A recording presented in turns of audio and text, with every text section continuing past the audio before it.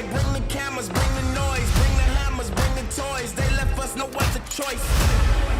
Yeah, bring your partners, bring your boys. Take your seats and please enjoy. Snatch the bass right off their voice.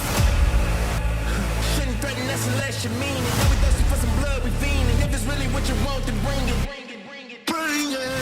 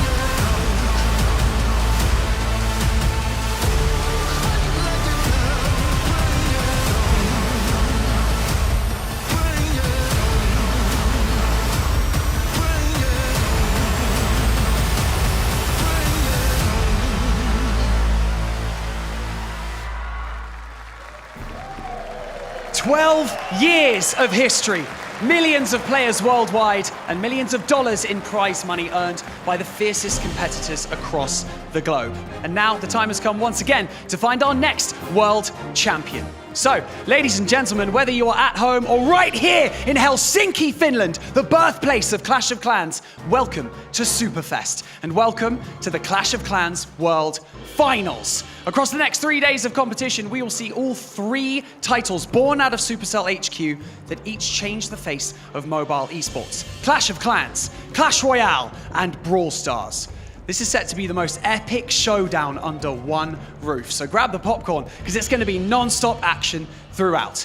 My name is Barney Banks, and I am your host. And let me tell you, I am so excited to be back here on the main stage with all of you. But we have some more familiar faces to introduce you to here on the main stage. We've got 2 dynamite casters. It is, of course, Clash Bashing and Judo Sloth. Thank you. Hello. It is amazing to be here in such a wonderful arena. What a year we have for Clash of Clans. I am pumped for the matches, and what a time to join the team Clash Bashing. Oh, Judo, I'm so excited to be here casting my first live World Championships here at Superfest 2024. And guys, speaking of Superfest, you can earn rewards all weekend by going to event.supercell.com. Yes, you can indeed. What do we love? We're all gamers here, aren't we? We love rewards, but we've got to keep this flowing because we've got even more familiar faces to introduce you to, because up in the caster booth, we've got Carbon Finn and Itsu. Thank you so much, Banks. Welcome, everyone, to the 2024 Superfest. We will be crowning a new world champion this year. So excited. Are you ready for an epic weekend, Itsu? I am so ready. So many good matches, so many good players, and in 3 days, everything is coming down to the world champion now. And I think we should take a look at the format, Carbon. Yes. How everything works this weekend. Absolutely. This format is going to be a little different than years past. It's going to be a 6-team group stage round robin with the top 4 single elimination finals, which is going to be on Sunday. And then it's going to be a 5 vs 5 clan wars where each player is going to have 1 attack each in hard mode. And of course, the last team remaining is going to be crowned the world champion. And they're going to be fighting for an incredible prize pool. That's right, it is going to be a lot of pricing on the line. Let's take a look at that. The first seed is crowned the world champion and is going to get $300,000, while the 5th and 6th seed is going to get $60,000, a total of $1 million prize pool. That is a lot for those teams on the line. Wow, a lot of money that they're going to be fighting for. But of course, let's take a look at the teams that are going to be competing this weekend. Well, day one today, we're going to have 3 teams. With the first match going to be Synchronic taking on Navi, and of course, MTFY will be playing in the next. Tomorrow, we're going to have Stanima Esports taking on Milliseam MG, and Tribe Gaming will be playing as well. And then day 3, that's the single elimination finals, where we'll have 2 semifinals, and then the one and done grand finals there, Itsu. That's right, no second chances anymore on day number 3. But we are on day number 1, which means a lot of clash action has still to be played. And I think we should take a look at the predictions so far for the first day, which we have. Because we have, done our whatever we think is going to happen today. We have 3 matches total. And the first one is already a split on the caster lineup. And I feel like overall we are predicting really heavily into 2 teams because one team on this this group is a really unknown for us. Yeah, MTFY, an unknown. They'll be playing in match 2 and 3, so we are picking the opposite team from them. But with Synchronic coming in with the very first golden ticket, they were really strong. But Navi, a fan favorite, many love to watch them. They have 1 world championship under their belt, and we have a few of their players that have been here 6 times now, which is incredible. It is just incredible. The consistency of those players of keep making it to the World Championship with qualifying every single time. But I think everyone is ready for the first match, and I think this is why we should take a look at what Banks has to say. Thank you so much, Carbon and Itsu. The scene is set, the stage awaits, and I think our audience is ready. Let me check. Audience, are you ready for your first match? We'll get there. We're warming up. Months of preparation have led to this moment, so it's time to introduce your first 2 teams to the main stage. Kicking things off with Einstein, Philip, General X, Mark, and Simon. They are Synchronic Gaming.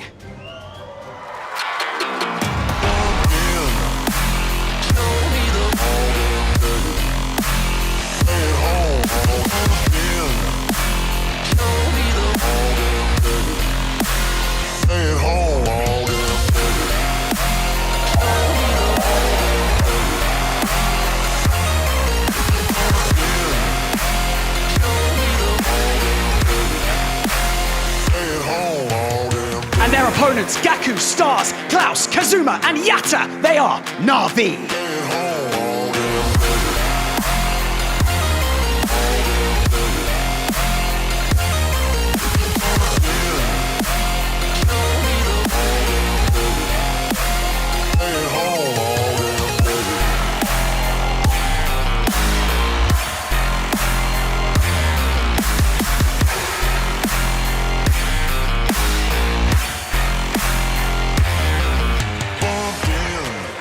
What an epic first match we're going to have here with Synchronic taking the very first golden ticket, Navi getting the 4th one. I cannot wait to see what these teams have been doing because since this is going to be in hard mode, many teams have been hiding what they have in store. That's right, but the first team on this stage, Synchronic, they are known for their base building, but as well, their offensive stats are looking incredible. At this point though, I want to give a quick reminder that those stats were collected during the qualifier phase, which was played in the normal mode. This one is completely different. It is the hard mode, it is the biggest challenge right now in the game, and this is what they're going to play on, and we'll somehow try to get as many 3-stars as possible. They are going to try their absolute best, and with hard mode, many of these stats have decreased significantly. They were hitting at about 100% hit rate. They were going for time since that was the previous meta, but there is one player on Navi who is going to be really strong, and that is actually going to be Yatta. We have Yatta, Gaku, Stars, Klaus, and Kazuma. Yatta is actually still perfect in the hard mode, even after the recent nerfs. And that is incredible, impressive. I mean, the stats look quite consistent, you want to say it there. And this team is no easy opponent whatsoever. The first match already an incredible showdown between 2 favorites, I would say, in the entire tournament. Synchronic really for their base building known, but it looks like there's still one, and it can be only one fan favorite out there, and that is Navi. 82% That is a statement. So many probably are wondering, why did I take Synchronic in this first match as well? Because I sat down with each one of the teams, and Synchronic, when I spoke to them, did they have anything special lined up for Na'Vi? And yes, they did. They're trying to target 2 players individually, which are going to be Klaus and Kazuma, trying to target with some fireballs. So let's see if that's going to come into this match here. Overall, it's a really big unknown. What is going to be the meta overall? I feel like we have already said Warden charges seem to be incredibly strong with Fireball together, and this might be something where the base builders are then like starting. How can we defend that? How can we bait it maybe? How can we get in the head of our opponents? And another big factor is going to be how the stage is set up. As a player, you're surrounded by the crowd, which is completely different to, well, playing from home. And I think we are ready with the first attack. So make some noise for the first attacker.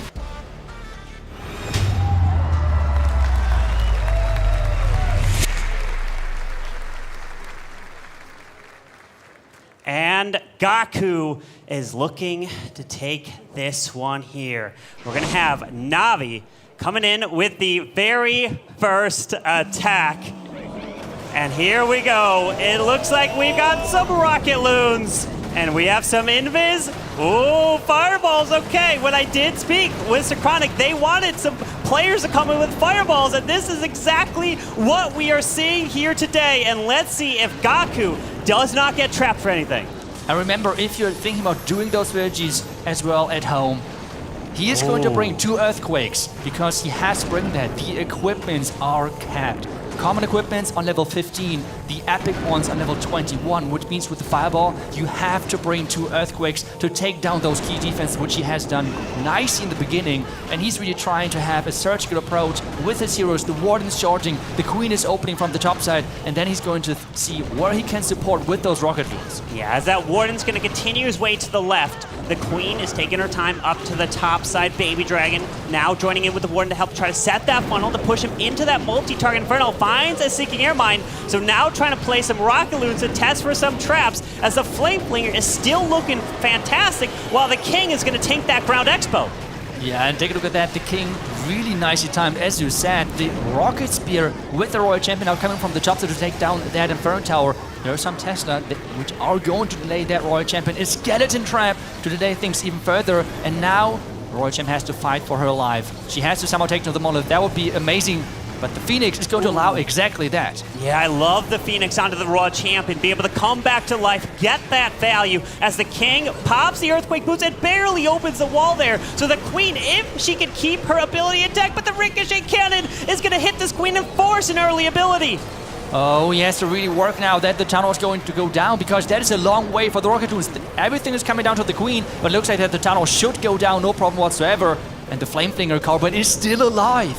Yeah, that Flame Flinger's about to open up pretty soon. Healer's now flying across to that Warden. He's staying on his own. Rocket Loons now all coming down at the same time into the Eagle, dropping some skeleton spells because we have Air Expos on the bottom side. Gaku is celebrating and a fantastic 3-star to start.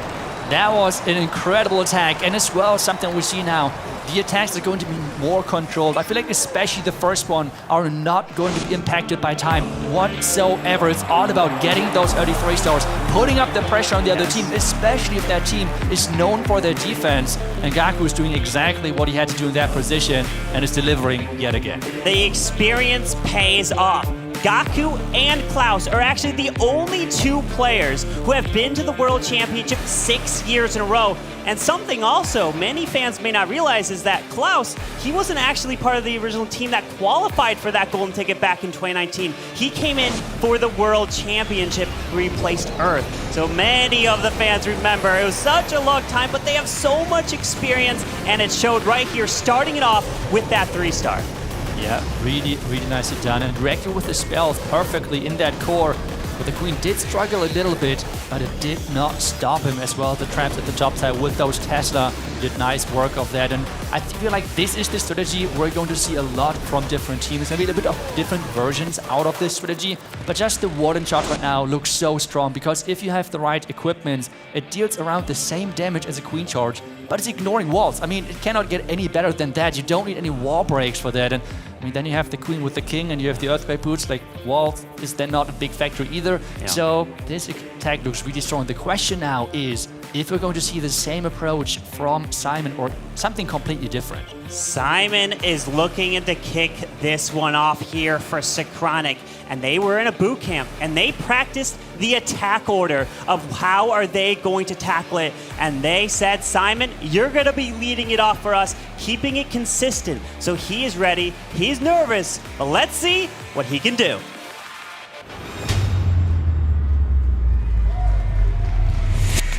I think nervous is a really good call because it is just so different attacking on stage, and we have a lot of young players on this roster, a lot of players who might do this for the first time, and we have the experience on the other side. You said how important that can be. We're seeing a different approach. We see the Electro Titans combined with the Super Barbarians, some healers as well, but we see what is really interesting, the Angry Jelly on that Archer Queen. What do you make of that?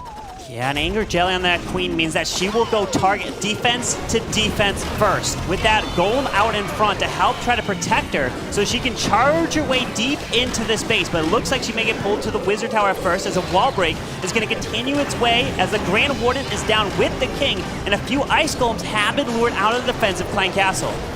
Using now the Super Baron behind the Queen, because remember, she did not funnel that part of the base because she's only taking those defenses, and he's going straight into the Town Hall. With the Rage Tower on the back end, there's going to be so much damage, but going through the Town Hall means that you're forcing that Warden ability early.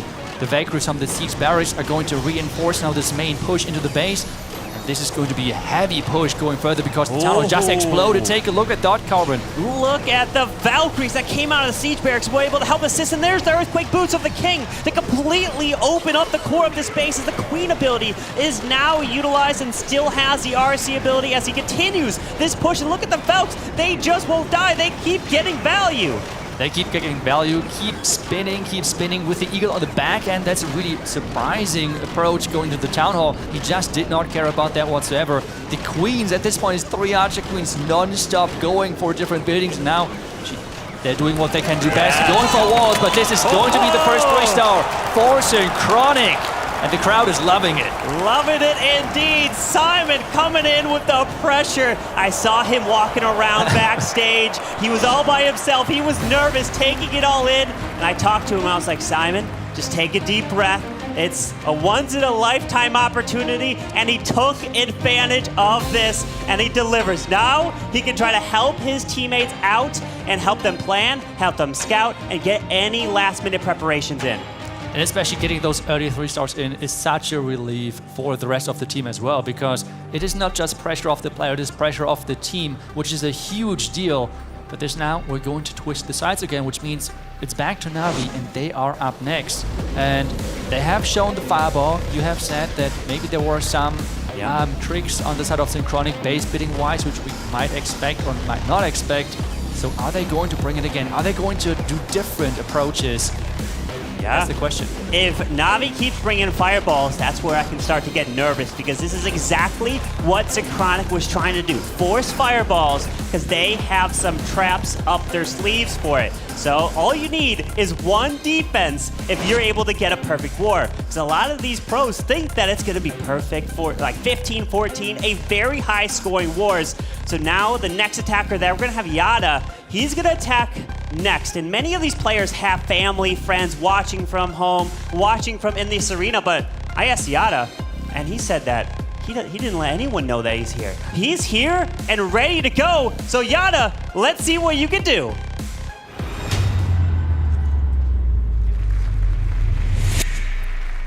And he is one of the players who is still perfect on the hard mode 2. Let's call it that, hard mode 2, because it was adjusted. And we're going to see Super Witches. Such a powerful strategy. He's going to bring the healers in this one with quite a few additional troops to support his main push. He has as well one droid, which he can add into the mix as well if he's encountering a lot of damage at one point. but as well doing that warden walk for quite some time, which is the power of the healers, that you can do exactly that to get the fireball a little bit deeper into the base. And another reason why Yada has been so strong is because he really comes in towards the end. So him attacking in the second position is kind of not normal. He usually kind of has come in the fourth position a lot. So let's see what he can do, since his attacks were on the slower end, and Super Witches, they can be on the slower end as well. But your first focus is getting that 3-star, as the Queen was now placed to the far left side, setting up the funnel. We have Super Witches, and typically we're going to see the King paired in with them. So when you pop a King ability, it can get so much value. And that wall break barely worked. I mean, that was so close. He's now using another one to get further inside. He has to reset the Expo because that Expo was locked onto the Archer Queen, and he did not want to use the ability that early just yet. And he's slowly making his way towards the core. And remember, he has to delay that Barbarian King for the Earthquake Boots, because that has to open towards the Town Hall. And the Monolith! With that freeze to help stop the damage onto his King, as the Queen, she comes back around, so she can actually join into the core of the space now as the Warden ability has gone off. But these Ice Golems are going to slow him down tremendously, as he has to keep this King ability left so it can open up the backside. It looks like it's forced there, and it does not open up into the Town Hall. Oh no, and take a look at that. At the Archer Queen building on the defensive side, there is an opening, which means all of the troops might now walk around the Town Hall. He's trying to reinforce at the top side with the Royal Champion to push his troops into that Town Hall direction.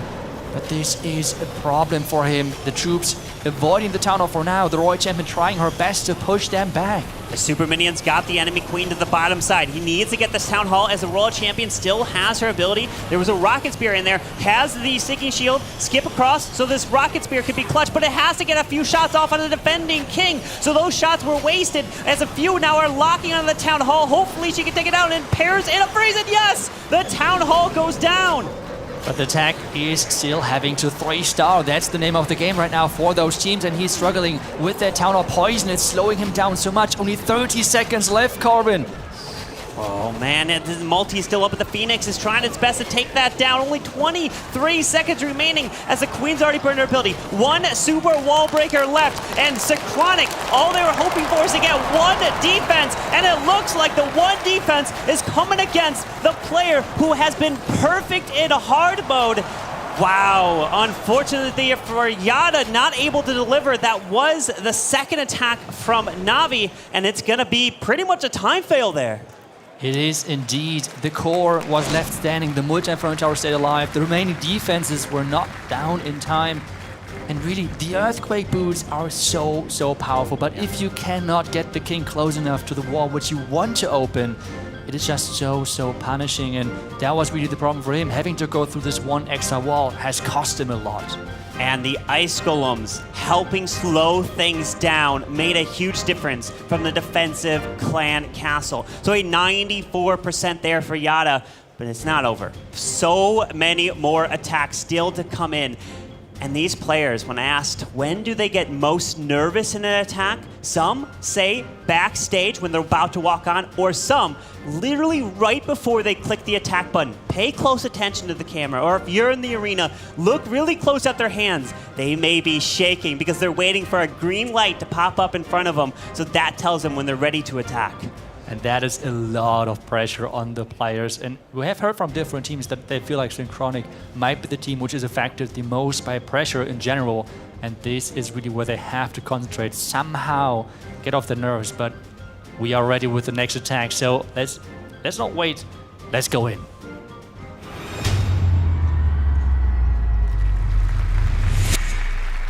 And Synchronic is looking to bring a second triple here. And we have Mark. He's coming in with some Super Barbarians. We don't have a Fireball here, a handful of healers, and starting off with that Siege Barracks off to the left side. We have an Ice Golem out in front of that Queen to the bottom, wall breaking open into the Monolith, so he can get the value, continue to push this way through, but look at that Town Hall on the complete opposite side of this base. That's right, complete opposite side indeed, and they're going in with the same approach as the one which they just did in the first attack. They just switched around some pets, for example, no Angry Jelly on this one, and interestingly enough, they're using the Yak on the Warden to make sure that they don't have the same problem which just Yatta had. They're not going to be stuck on any walls because that Yak is going to help quite a bit. That pet is going to push through anything right there in the core, and now the Rage Towers are unloaded. Like, so much damage right there, Carl. A lot of damage, and I counted 3 Ice Golems, so that's going to be 3 defensive freeze spells essentially going off, slowing him down as he needs to continue his way through to the Town Hall, and I think there is just one little wall opening leading to the Town Hall over there next to that single target Inferno, as he does invest that invis for the World Champ, as their ability did go up, does take out the Ground Expo, but now he's making his way towards this Town Hall as the Queen. She's pathing away all the way around. It's looking pretty good as long as this Town Hall go down, and it does! Look at that, the Titans just don't go down. We have all 3 Electro Titans still alive. They're just so tanky, and he's protecting those healers at all costs with the Warden together. They just cannot go down, and this seems to be the name of the game for Synchronic so far. They have prepared this strategy to really use it on those bases with small adjustments, and it worked wonders so far for them. Fantastic job there. They are looking good. They were the first team to get a golden ticket, so many people may thought, well, hey, have you just been so long? Maybe you're not prepared for it because it's been a lot of off time, because General X said they did take a 2-month break of relaxing, being able to be on a vacation, do whatever they like, and then come back and focus on Clash. But to be honest, almost for every single one of these teams, when they got their golden tickets, the meta was completely different. So that's why coming into this World Championships, it's been a huge unknown. It is unknown for sure, and this is where the preparation is just so incredibly important for those teams, and it feels like so far for Synchronic, it is really paying off. And this is now the moment for Na'Vi, if they're falling behind even further, knowing that Synchronic has this super strategy evolved somehow, it is not going to be easy to come back from that, and they have to get this next 3-star in, and it seems like Kazuma is going next. So this next attacker, Kazuma, unfortunately, his hit rate has dropped incredibly from 89% to a 71% from when the hard mode changes went into effect. So let's see what Kazuma can do now.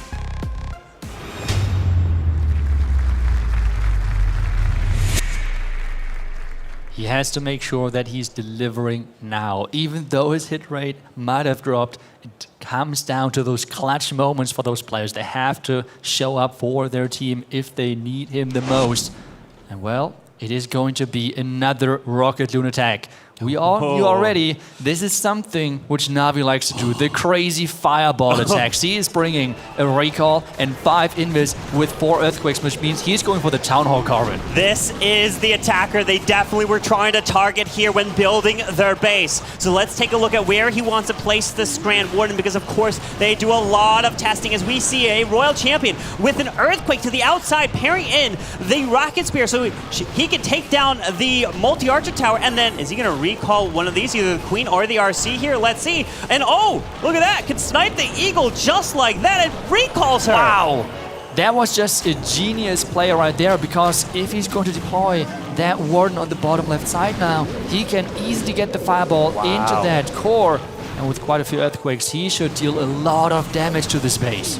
Look at the funneling he has set so far. So if he can grab that Town Hall with a fireball, there it is, earthquake, earthquake. We have the invis, Warden fireball, and hits it all! What a value from Kazuma! That was incredible. The entire core is gone with this fireball, and now he has to make sure that he's getting the Town Hall as well. There is no Bitterhunt though anymore, which could repair it. Wow, incredible job right there. Now the Rocket Loons are going to continue around, still S13. Remember, he has the recalled RC. He can send her into the Town Hall since there it is, and he does exactly that. So she will come back to life with the Phoenix and help secure it. That's right, first shot, wow. Second shot, and this means the Town Hall is going down. The second star is secure, and now his heroes with the super minions, with 10 more rocket loons remaining, should be able to overpower this base. The super minions are getting the first couple of defenses down. The air defense going down, and the rocket loons are coming in to finish things off. Incredible attack. Even though Synchronic was trying to specifically target him, they wanted him to do a fireball. I don't think they thought of that plan against the base. That was so nice. And this is hard mode nonetheless, right? That one looked so incredible. Just the multiple steps of, hey, okay, I will use the Roy Champion, I will use the Archer Queen to really set up this fireball. Instead of like, I don't know, getting the fireball and Builder Hut close to the tunnel. No, he's turning everything invisible to get the most out of that equipment and really delivering. Getting the 3 stars. We take a look at time, but at this point, time most likely won't matter since we already do have 1 fail that did come in from Yada. But an incredible plan. They come up with these plans in such short time as we are jumping into a replay to show you. Look at this, using the queen to the bottom side to set a funnel, using the RC to set the funnel on the other side so we can use the invises to directly use the fireball, because remember, it goes to the nearest defense. So if the nearest defense is on the complete opposite side, it's gonna fly all the way across the base, and it got incredible value in the middle there. I mean, that is just looking so satisfying. Every single time you see the fireball flying across, you know already this base is done. It's not going to see another day. This base is just gone, and that was what he did to that one. That was a beautiful plan, really setting up the equipment to shine, and it did. Yeah, it was a perfect plan for the base, and next attacker is gonna be Philip. And when I asked him if he wasn't a Clash of Clans pro, what would he be? Well, he said he would be a chess pro. So he loves the strategy games, and he's got his mind prepared. So I'm excited to see what he can do, because he's also a very creative attacker. So he can bring literally anything in the game. Yeah, but just seeing the first attacks of Synchronic, I think we know already what we might expect here. But I think we should find out and see if our prediction is right.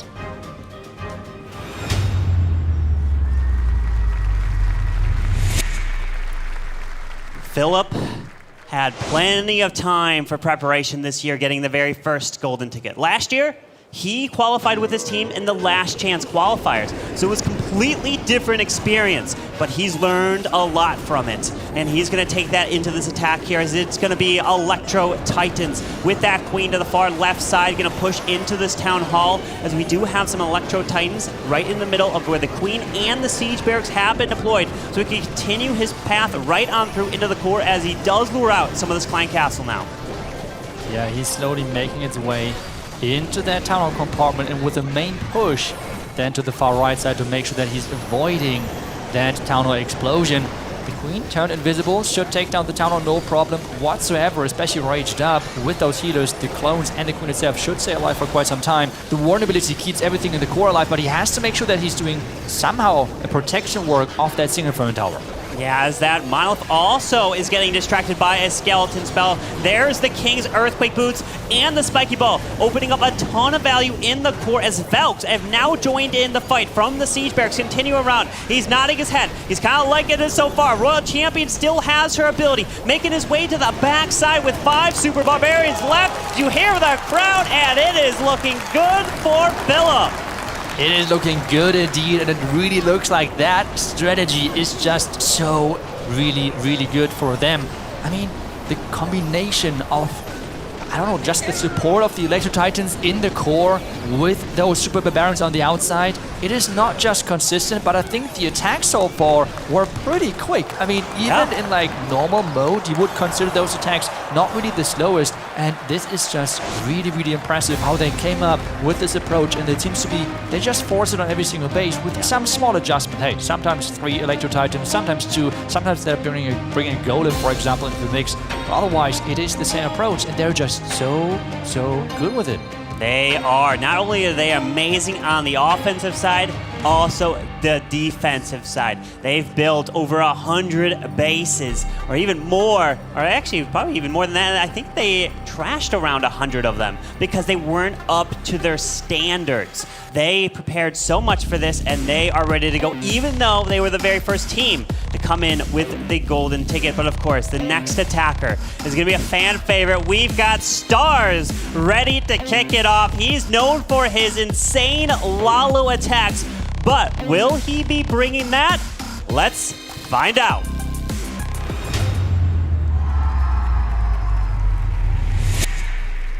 Will he bring his Lalo? That is the big question in the mind of many right now. And it is going to be. We're going to witnessing the Stars Lalo. One of the few players who's just so incredibly consistent. One of the players who just makes this strategy look like magic sometimes. And the question now is, can he get the value with his heroes he would like to get? It's 6 lightnings to make sure that he can take down one of those little islands in the core of the base. And the Rage Star already is gone. He does grab that, and look at this King. He can continue his push into the section while the Queen, she charges into that Eagle artillery. And maybe, well, I was gonna say maybe uses the Warden with the RC, but I did notice that he didn't have the Hog Puppet. Typically when you send the Warden with the RC in a Lalo attack like this, you use your Warden ability to protect all the Hogs that spawn from the RC, but he's not doing that in this situation. So maybe the Warden goes air because it is also an Electro Owl on him. Yeah, and he's trying to take down the air defense right now while the Phoenix is tanking with a couple of loons, so trying to make as good use of those hero pets as possible. The air defense is going down indeed, but the Queen is slowly approaching that Wood Giant Phone Tower. If he could take that out, that would be massive for him because splash damage always is not the greatest for Lalo. And here we go with that Warden. Let's see if we have a Blimp going to pair in with that Warden Internal Tome. Some Headhunters to run for the defensive heroes. And the RC ability is used to the very top side, and indeed, we're going to see a Warden ability protect not only the balloons, protect the Lava Hound, protect the Blimp, everything as it splits off from the Grand Warden, and he's looking to get all this value as he indeed invests that Rage spell. And he's going in with the Yeti Blimp, which means we have some Ice Golems getting lured out. Obviously, they're not going to attack those balloons, but they can delay things quite a bit. Another Hound with more lunar reinforcement from the right side. And now everything is coming down to this defending Archer Queen, but she's kind of struggling to keep up with it. Yeah, the defending Queen is picking these balloons off one by one, so he's got to free. Sends in the Headhunters. He doesn't have a skeleton spell to deal with the enemy Queen, so the Headhunters with a perfect freeze takes her down. So these balloons can fly through, and it's gonna be a 3-star for Stars. And it is just so incredible seeing him, how he deploys, how he reinforces those balloons. Not trying to have too big group of, like, the groups getting too big, because this means splash damage, scatter shot. Red mines, for example, would be too big of a factor. No one said he's really only sending those 2 to 3 balloons on each defense, knowing how many he needs to really push the limits of this troop. And he's one of the only one being so good at it in this entire tournament.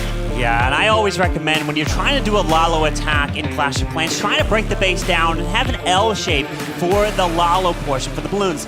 But at this stage, and what Stars does, he can come in at every single different side, and at this skill, you can pull off almost anything. They really help teach us how to play the game. We learned so many strategies from them because they break it down, they save it for moments just like this. As now it's turn for Einstein. He's actually the youngest player for Synchronic, and he's ready. See if the unexperience here that he doesn't have, can he be able to deliver the 3-star? We only have one fail from Navi, and that could be the difference maker. Hopefully, let's see if Synchronic can keep the triples coming in. That's really the big question, but we are already ready for the attack, so let's just jump right in.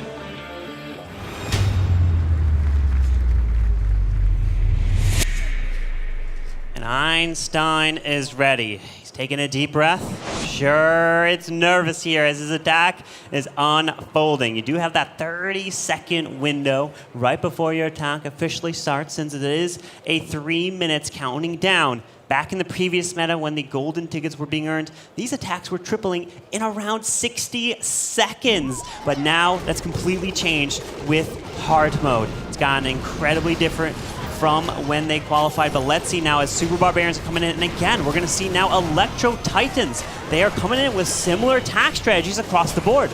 Yeah, really, again, only a couple of adjustments. Having the main push with the Electro Titans and then bringing this time around Ice Golems instead of the Golem itself. I would assume because we have single Inferno Towers, which tend to be quite effective versus high hit point troops, and the Ice Golems are a little bit more than effective and countering exactly that.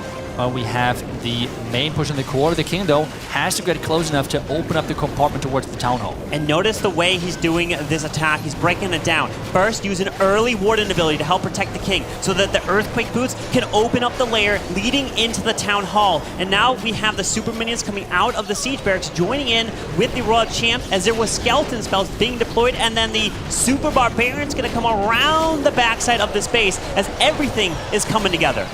Everything is coming together indeed because the town hall is already gone. The Royal Champion in combination with some supportive super barbarians and some as well super minions on the outside. The druids are joining up there as well. He still has even the Archer Queen ability right now, Corbin. Wow, the Queen ability still intact. We do have an Invis that is now used on the Royal Champ. Can she stay alive as this Tesla farm is picking her off?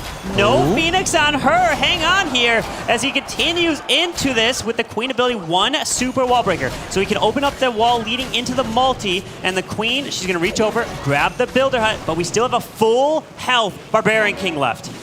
Oh, that is going to be close. The Archer Queen going really close. There's the Healer Puppet in combination with the mirror equipment. The Barbarian King.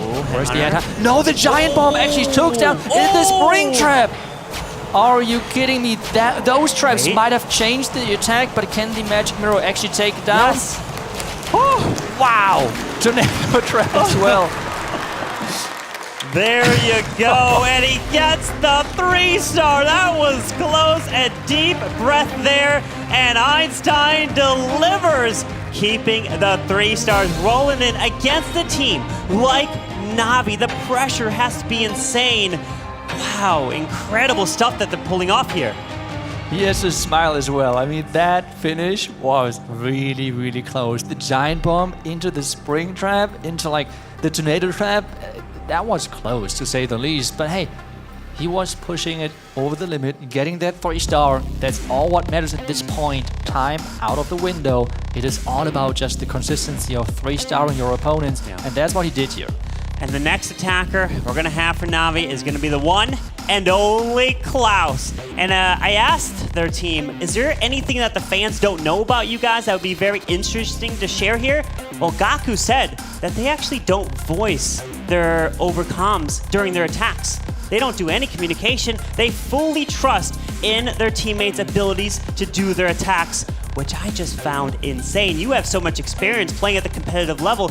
We're always in their ear, helping provide the feedback, of providing the scouting. So let's see if Klaus can get this done.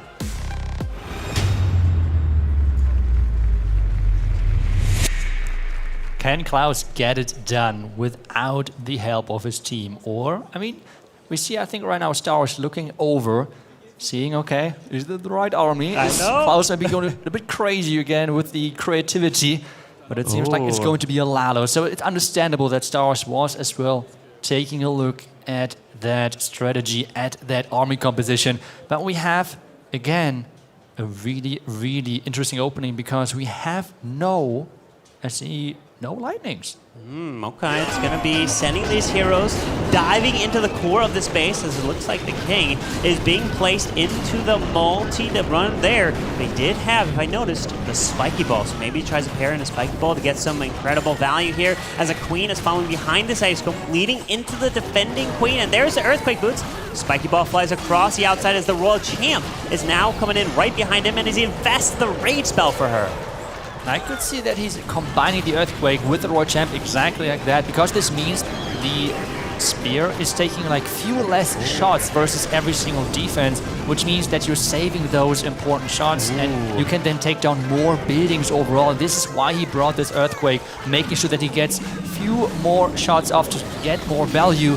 and it feels like half of the base is already gone at this point. And that was a brilliant free spell that he used so that the Ice Golems didn't get lured to the Royal Champion, so that I was able to grab the multi. But he does find a Tornado Trap that is pulling this blimp away from the Town Hall, slowly coming back as the Lalo is continuing up and around towards the Royal Champion. But we still have a poison spell waiting up there, so he does invest the freeze, but the poison did get launched. But how do you counter the poison tower? That's right, with the heal spell. Another freeze keeping that queen in place. Making sure those loons having no problems whatsoever to get through those defenses. And take a look at that. He is delivering, getting this incredible value with his heroes. The Lala was clean, even though we had the Tornado Trap right there. He was wrecking perfectly. Yeah, Klaus delivering, getting the 3-star there. Now it's gonna put the pressure on General X. During the qualifiers, he was always voted the MVP of so many matches. And let's see if he can be that here today. Can he be the hero for his team? Because remember, we are playing a group stage, which means we have 3 teams in this group, and the first 2 are getting out of it, getting to the 3rd day of this competition, which means every win is just so important because those teams have just 2 games. It's just 2 games, and based on that, you are going to either make it or dropping out of this tournament, dropping out of this year's World competition.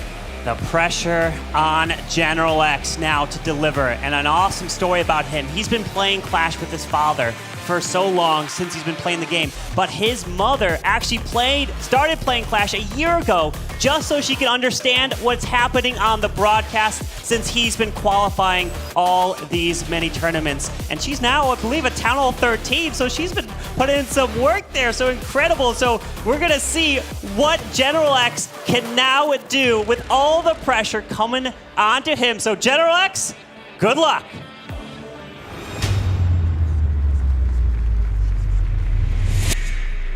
He has to deliver, and is he going to do it? Is he going to bring 5 times? Wait, what? That is a different strategy. What is going on here? Maybe the base did not really fit their style, but they're going in with the Lalo as well, with the Zap Lalo to be more specific. And this means they are bringing a Golem. They're bringing the Ice Golem. They want to have a really, really big hero dive to get as much value as possible with their heroes early on.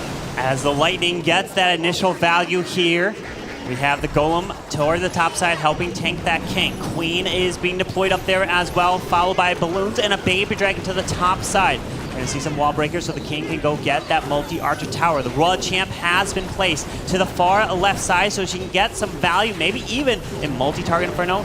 The scatter shot looks like they can be taken down by the King as he's going to slowly get pulled in as the Clan Castle now gets lured out. I'm wondering if he was trying to get towards the tunnel with those Earthquake boots because it was really, really close.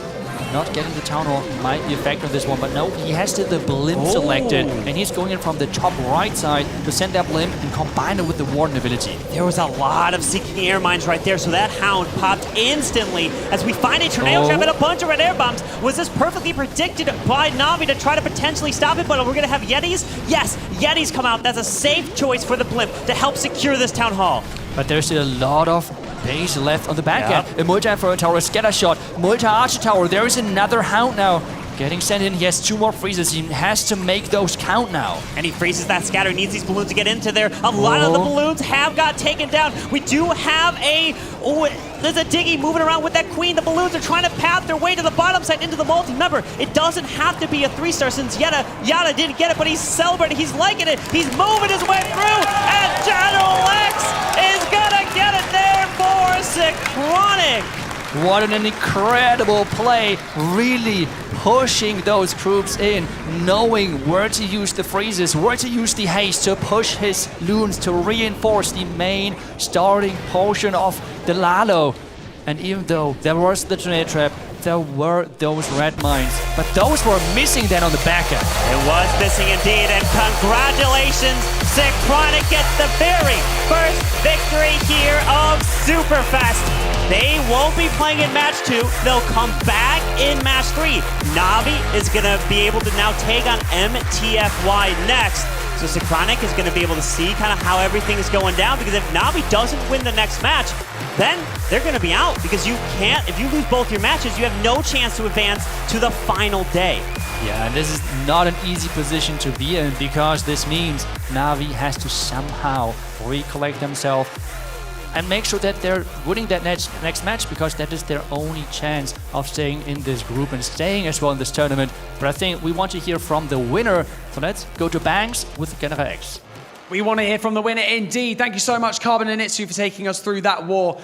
That was, I kind of feel like I need to stress the importance of that war just there. That was the first war of the entire tournament, but that was a big one, wasn't it, General X? Yeah, it was. Really, the pressure built up beforehand. Na'Vi is like one of the biggest teams in Clash of Clans, so the pressure was always there, and throughout the match, you always keep it rising and rising and rising until the end. And yeah, sadly, happily, we didn't fold under the pressure. Yeah, no, totally agree. I think that they are coming into this with a lot of pressure on their shoulders as well. But so being the last person to attack there, with it kind of all resting on your shoulders, let's be honest, how were you kind of composing yourself? Were there any comms between you and the players, or was everyone just quite quiet? Yeah, just checking up if the plan is fine and going through the plan with Philip together so we can make sure everything is all right. But in the end, the hardest thing to do was to wait until the last attack and the time until you can go in and do it already. After that 2-star from Yatta, was there kind of a little celebration on comms, or was everyone just still dead silent? Bro, I was celebrating like crazy, man. I beat the defense. Come on. I love that. Now, okay, let's think ahead to a little bit later today, right? We've got MTFY, okay? A lot of people have been saying, especially Mark on your team, he was interviewed about it earlier this week. He said that they're actually the toughest team to prepare for because we don't really know what to expect. Different region. Are you feeling prepared? Do you feel like a bit nervous about that one just because fear of the unknown? I mean, you always feel like a bit nervous going into that, but we have like the first hurdle behind us, so I don't think we are nervous at all. I like that, exactly. Got your best foot forward, General X. Thank you so much for joining me in this interview. Stay with me right now, but for one more time, everyone, make some noise for Synchronic Gaming. What an incredible opening war. And we're going to head back over to the casters. Thank you so much, Banks. What an incredible first match we saw there from Synchronic. And you can see, once they got that defense, they were celebrating. Of course they were. I just love that answer. I mean, they were celebrating so much, and I can understand it so much as well, because we have heard from so many players that they were expecting the 15 stars kind of out of every other team, which means the defense is just so important at this stage. And getting that already in the second attack in this matchup, I think it was a huge relief of pressure and like knowing, okay, we just do our thing. We know how to triple as well, so no pressure on us anymore. It might have been the caster jinx. We talked about Yatta being the only player that on Na'Vi was perfect in the hard mode too after we saw the adjustments to it. But of course, we have to welcome the one and only Judo Sloth here to the desk. Judo, what a match that was. What a match to kick off this year's World Finals. And I have to say, I think it was yourself, Carbon, that jinxed Yatta on that one. But Synchronic, let's just focus in on them because they told us prior to this match that they had found a strategy they were going to be able to crush the Aces with. So let's try and break it down for you so that at home you could maybe even start working with this. And I have to say, I really like how they tailored the strategy very slightly to each base. And essentially, he's trying to create a funnel. I've selected Mark's attack on the left side of the base and the right side of the base so that he can force this huge ground army with the Electro Titans and the King moving right into the core. But that is the key as we move through this attack. So starting out, we can just break the opening wall with a super wall breaker. And you would think, since he has a couple of them, maybe he would be using more. But the jump spell allows access into the center. And if we pause here just for a moment, notice that what we're trying to do is just send the Electro Titans and the King through this central part of the base. For the outsides, we have the Royal Champion and the Siege Barracks taking care of this left lane, and then we have the Archer Queen taking care of the right lane. So just keep an eye on that as we move through the attack. And the Queen ability with the Magic Mirror means that he can power through a lot of the defenses towards the bottom right of the base to keep everything moving through the center. And another key here is as we move into the middle of the base, he doesn't have any ranged troops. The Electro Titans, the Barbarian King, they are all melee-style troops. It's not until he uses the Earthquake Boots to damage everything in the middle that he opens up potential of them walking towards the outside. And that is then when the Queen and the Magic Mirror is used to quickly power through buildings over to this side. And throughout the attack, every single time that they did that, this strategy, they were just constantly forcing the Electro Titans through the middle and choosing what to use on each side. Sometimes it was the Archer Queen, other times it was the Siege Barracks or the Royal Champion, but either way, the Electro Titans and the Barbarian King focusing their fire through the middle of the base was the secret to this. And I feel like the Super Barbarians were really just used because he had so much power moving through the base. Mark doesn't need anything else here. He can just use the Super Barbarians to the backside in order to speed up time, because if Synchronic were going to be getting the 3 stars throughout, that is something they needed to consider. So a fantastic strategy. I look forward to seeing it certainly in their next match, because we will be seeing Synchronic again in just a couple of matches' time. Yeah, and I feel like the reason why they did not bring it in the last attack was it's all about the flanks, right? Yeah. The last base was really, really heavy with like multi-archer towers, the merged cannon, all of them on the flanks, which means those P.E.K.K.A, the Royal Champion, the Archer Queen would have had way more problems. But in the other bases, those were more in the core of the base, which means he could just overpower them with brute forcing the Titans, the healers, everything into it. So I felt like it was the perfect counter as well to the base style which Na'Vi brought to the table. And then they had to adjust a little bit for the last one. But the question then is as well, what are the other teams bringing into the matches? Yeah, that's going to be the big question. What will the other teams bring? Synchronic, they talked about they want to try to force some fireballs. We saw them, but they were very successful as well. But it was when Yada, unfortunately, not able to deliver. Crazy to think Yada was one of the strongest players in this new hard mode, doesn't deliver. So I'm going to be really curious to see what they're going to be able to do with MTFY. Will the pressure now, knowing that if they lose, that they're out? What do you think, Judo? Wow. I mean, Na'Vi have been in this situation before, though, right? So I think that is something that will definitely play into their hands. And even though they lost that match, they still have the confidence of being on stage already. They know what they're doing, whereas nerves, when you first come out, is a big thing. So MTFY have to get around that already. I'm not too sure. It's a really tricky one to predict, especially because MTFY are such a dark horse qualifying on a different server.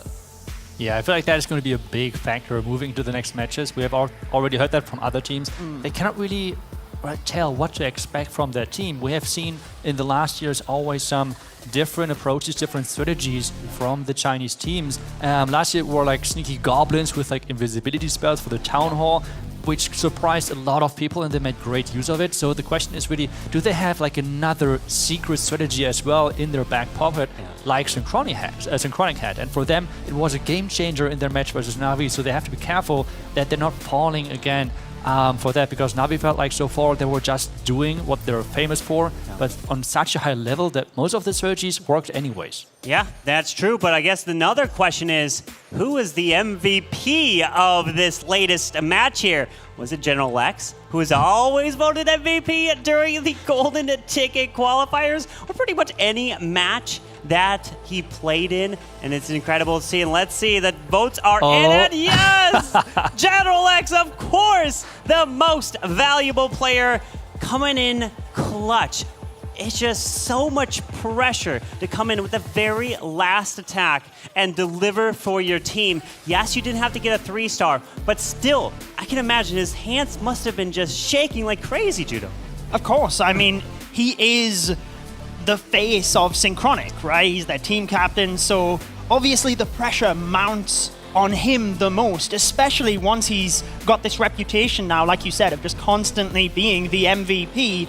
You need to maintain that reputation, but he certainly did that. And much like yourself, Itsu, I love his responses, and his interview there in general was just fantastic.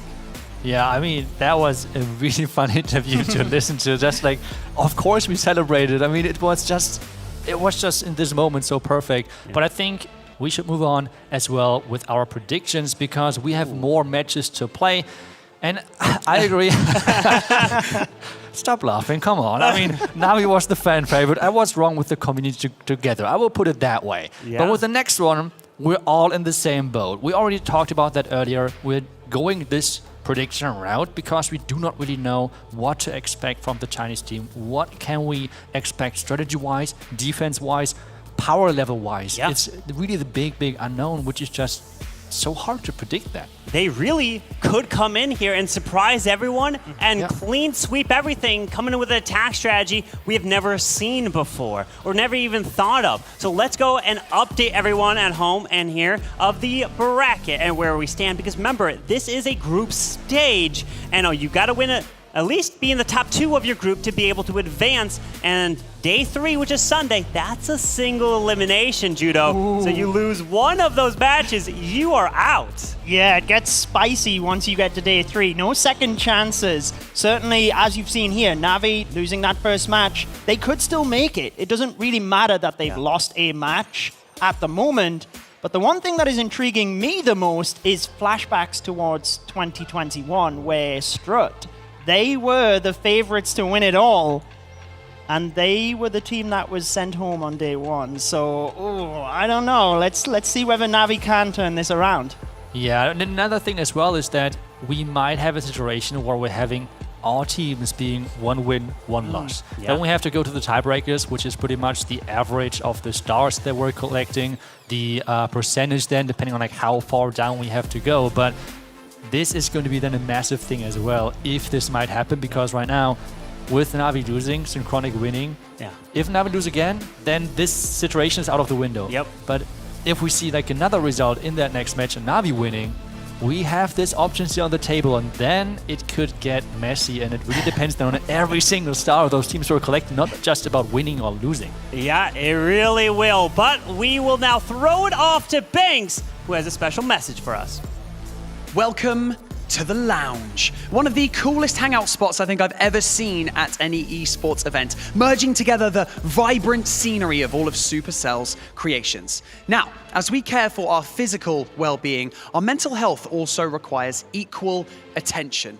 It can affect how we think, how we feel, how we act. It can also affect our relationships, our work, and our general quality of life. Mental Health Day was on the 10th of October, and we believe as gamers that it is more important than ever. Check this out. No matter who we are, sometimes we will have moments where we struggle with our mental health. For boys and men, talking about it can be especially difficult. So this November, we're doing just that. You might be going through a breakup, grieving the loss of a loved one, loss of a job, a bad mark on an exam or test, or you might just be having a bad week. Mental health is about how we feel, our mood, thoughts, how we cope with the daily challenges and the ups and downs of life.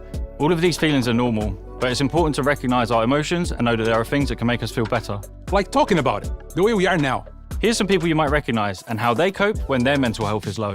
When I've been having a hard time, one of the best things that I've done is some sort of physical activity. For me, I like to go rollerblading, but it may be even as simple as just going for a walk. And remember, there is nothing wrong with seeking professional help. In fact, it is celebrated, and even if you're doing pretty well, it can still be very beneficial. Whenever I'm feeling lonely or just want to talk to someone, I like to pull up random Brawl Stars live streams on YouTube and just start chatting. It's always such a good time.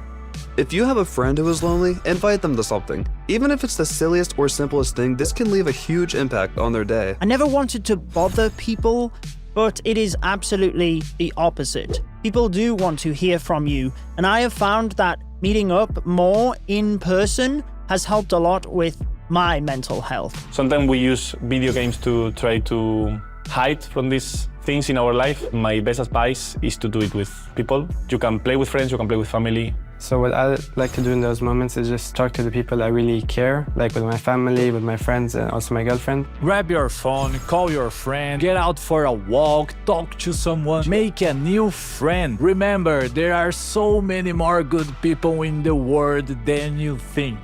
Do you have any tips for taking care of your mental health? Share them using this hashtag. So, what can you do to support someone in your life who might be struggling? You can use the acronym ALEC, which means ask how they're doing. Text, call, chat to them in game. Listen, really listen. Don't judge and try to show empathy.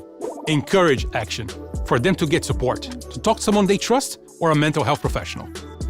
Check in, follow up with them later. A simple text can mean a lot. Throughout November, we encourage all of you to talk to each other. You can try out a training tool at Movember.com where you can actually practice having some of these conversations.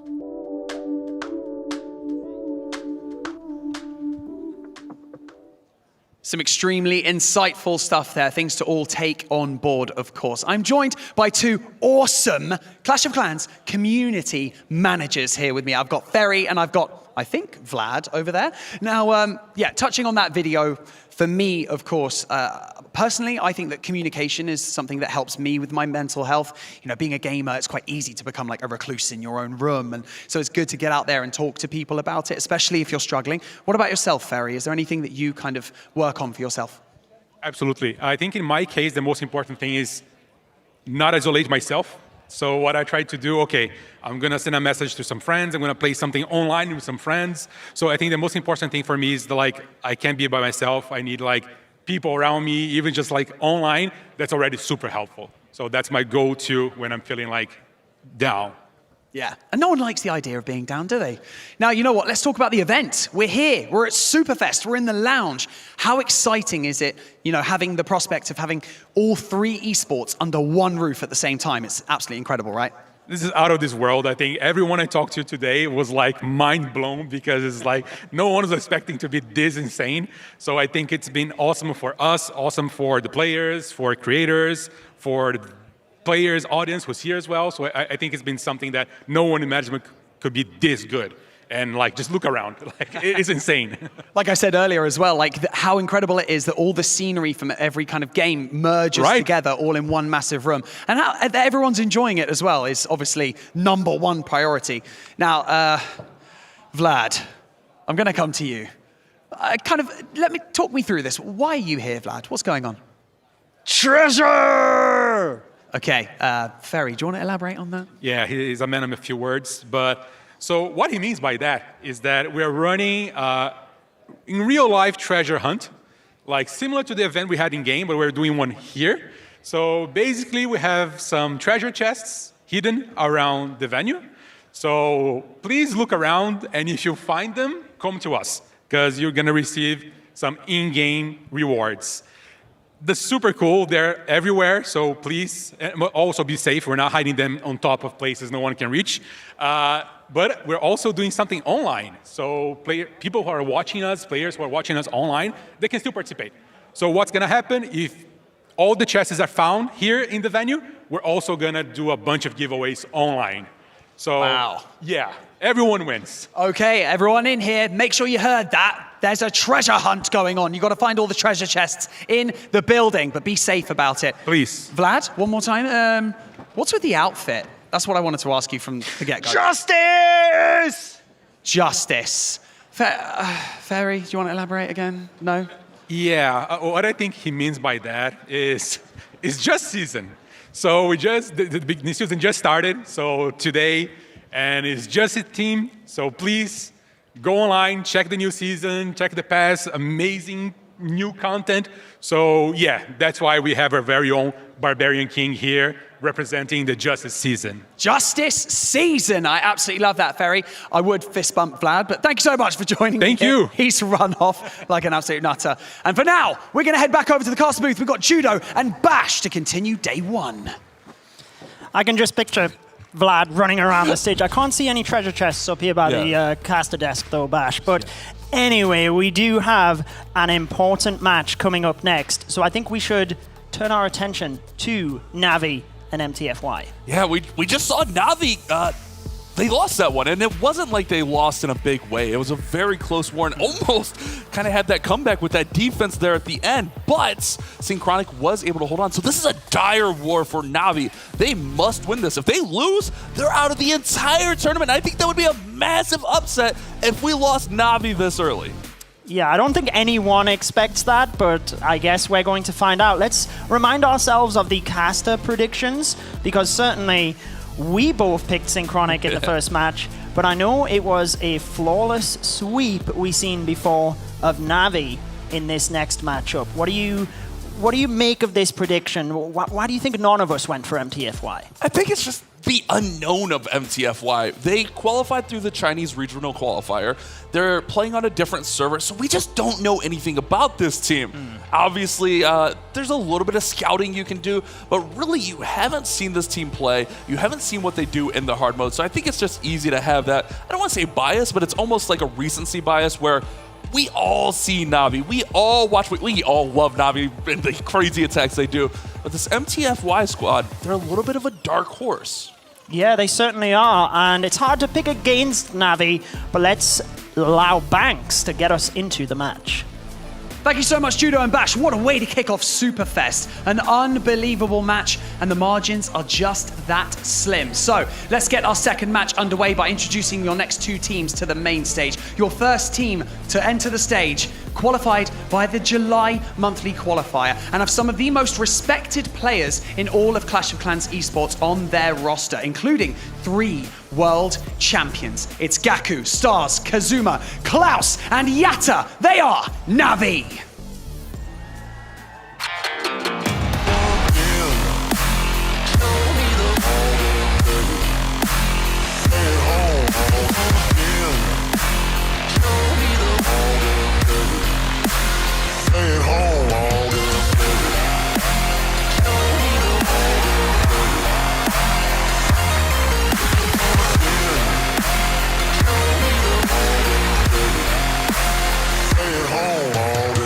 And their opponents, Ming, Shuai, Cloud, Xuan, and Xian. They are MTFY.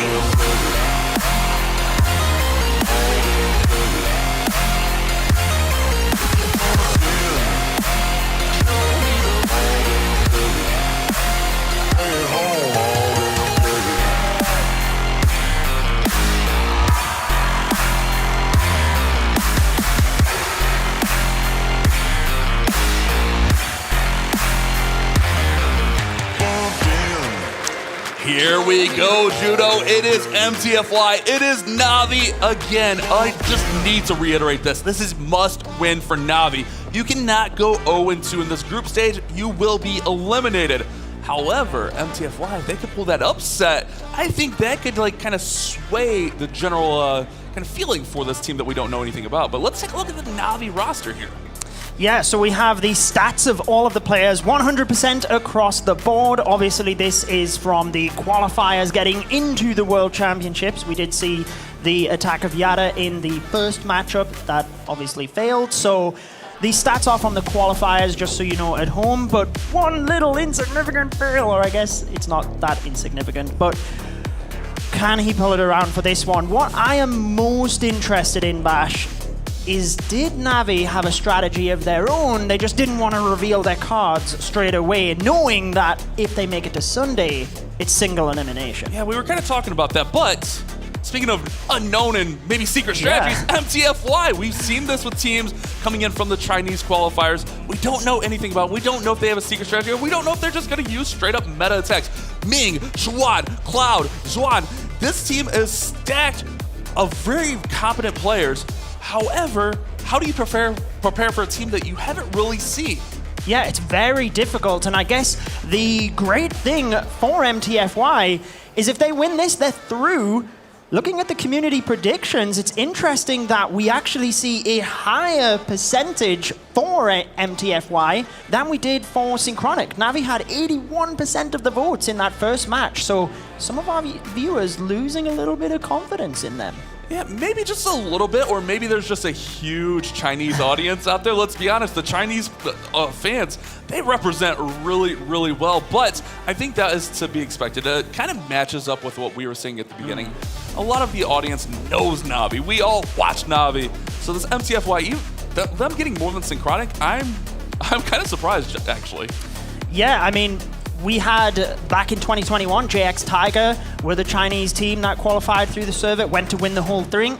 We had SUP BLTX last year that surprised us with strategies. So certainly we can expect something special in this war. Let's put it that way, but we're just about getting ready for this first attack. I'm ready to go, Bash. Here we go. I'm excited as well, Judo, but it's war number 2, Na'Vi, MTFY. Let's hop in. MTFY to attack first. They only have to win this one matchup now, knowing that Na'Vi lost that first one. If they win this, they will qualify into Sunday as a minimum of the second team going through. So they can just go for this. Root Riders and Valkyries is their choice. we are playing in hard mode, right? We are playing in hard mode. And remember, almost every aspect of this attack has been nerfed. Root Riders nerfed 3 times. Valkyries, they got nerfed. Super Barbarians, they got nerfed. Druids got nerfed. Even the Overgrowth has less of a radius, but that does not mean that this attack cannot still work. We've seen it still be very effective throughout all of the qualifiers, even local tournaments. Community tournaments, that is. I think this is a really smart play. Come out safe with a strategy you're comfortable with. Also, it's not revealing too much to it. Exactly, that was just what I was about to say. But in terms of this attack, we have a really nice push with the Archer Queen down to the bottom of the base, just assuring that the Root Riders can continue through the center, using that Warden ability as he's getting close to the Town Hall, but he's into a lot of danger. Overgrowthing the Town Hall so we can just move right around the back. Smart play. Exactly, and that's why you bring that Overgrowth. You can, as that Town Hall is taken away, you can actually just eliminate all of that DPS of that Giga Tesla. Now all of these troops can just kind of work around and circle back and finish off the Town Hall. This has been proven to be very risky, because if those troops get taken out, you might not have enough for the Town Hall, but it looks like he has plenty of force and saves that rage. Now the Roots are going to go in there and take down that Town Hall. Yeah, I was just about to say, he's got that rage spell for it. The difficulty was if the Root Riders moved around the back of the Overgrowth first, they would have literally took down the Town Hall last. But there we go. It is an opening 3-star for Ming of MTFY, really putting the pressure on Navi. And one thing I want to note here, I know we're not in the quote-unquote speed meta now, but that was a relatively quick attack. And one thing you and I were talking about backstage in preparation for this, we were watching the last, Navi seemed very deliberate with their attacks. They had a lot of 2-minute, 30-second attacks. That was sub 2 minutes at 1 minute 38 seconds. That sets the pace really wide. I like what MTFY did there. Yeah, and I think the point that you raised is super interesting. They are not revealing anything by using that strategy. Maybe they are so confident in their ability with that approach that they can hide anything they have for Sunday's matchups when it really is single elimination. If you lose any of those ones, you are out. But Navi, we know what they can do. They were the champions a couple of years ago, right? We can expect them to come out swinging in this war. And it's Gaku to start us off again, Bash. Funny enough, attacking Ming, who just attacked Gaku, so we get that straight up rebuttal of an attack, and this is a huge one. You cannot slip up early. But Gaku, you're up. What do you have?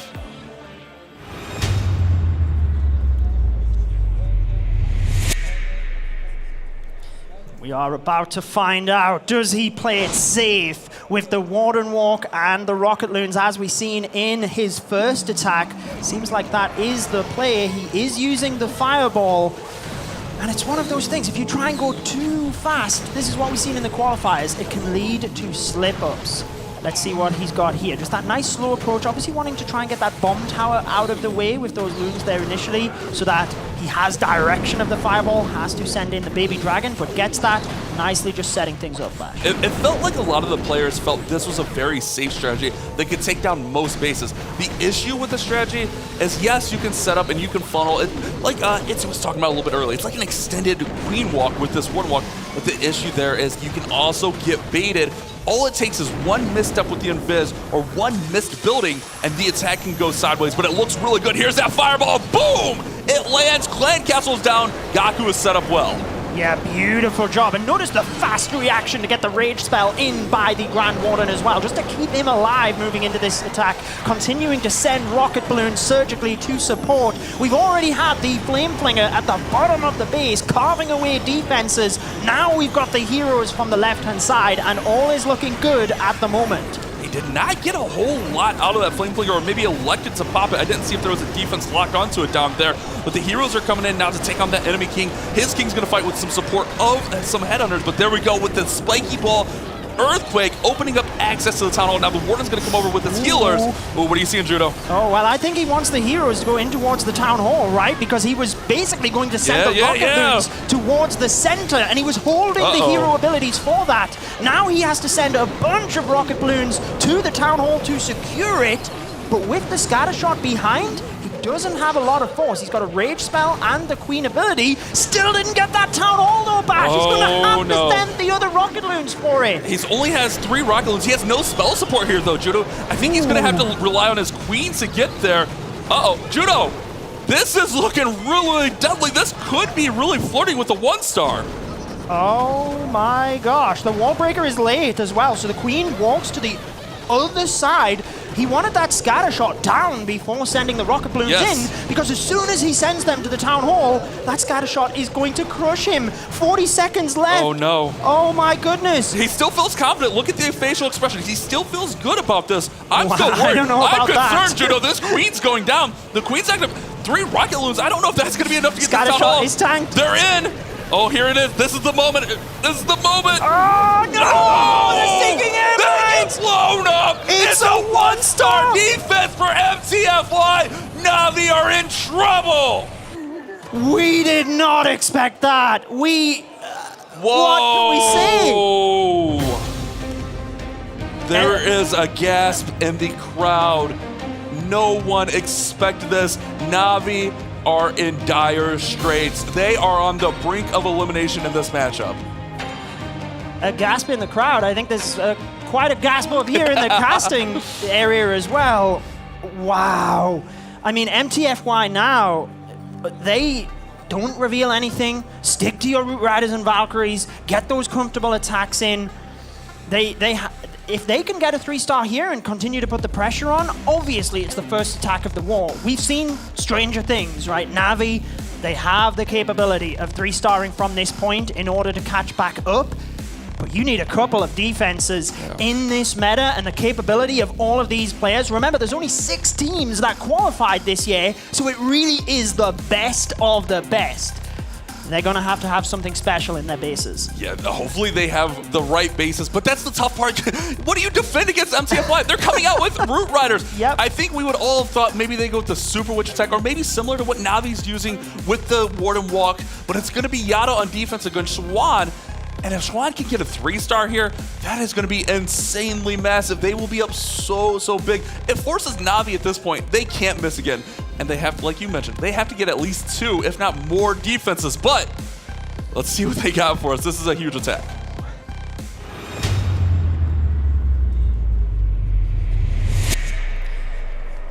Who'd have thought on day 1 it would be so interesting?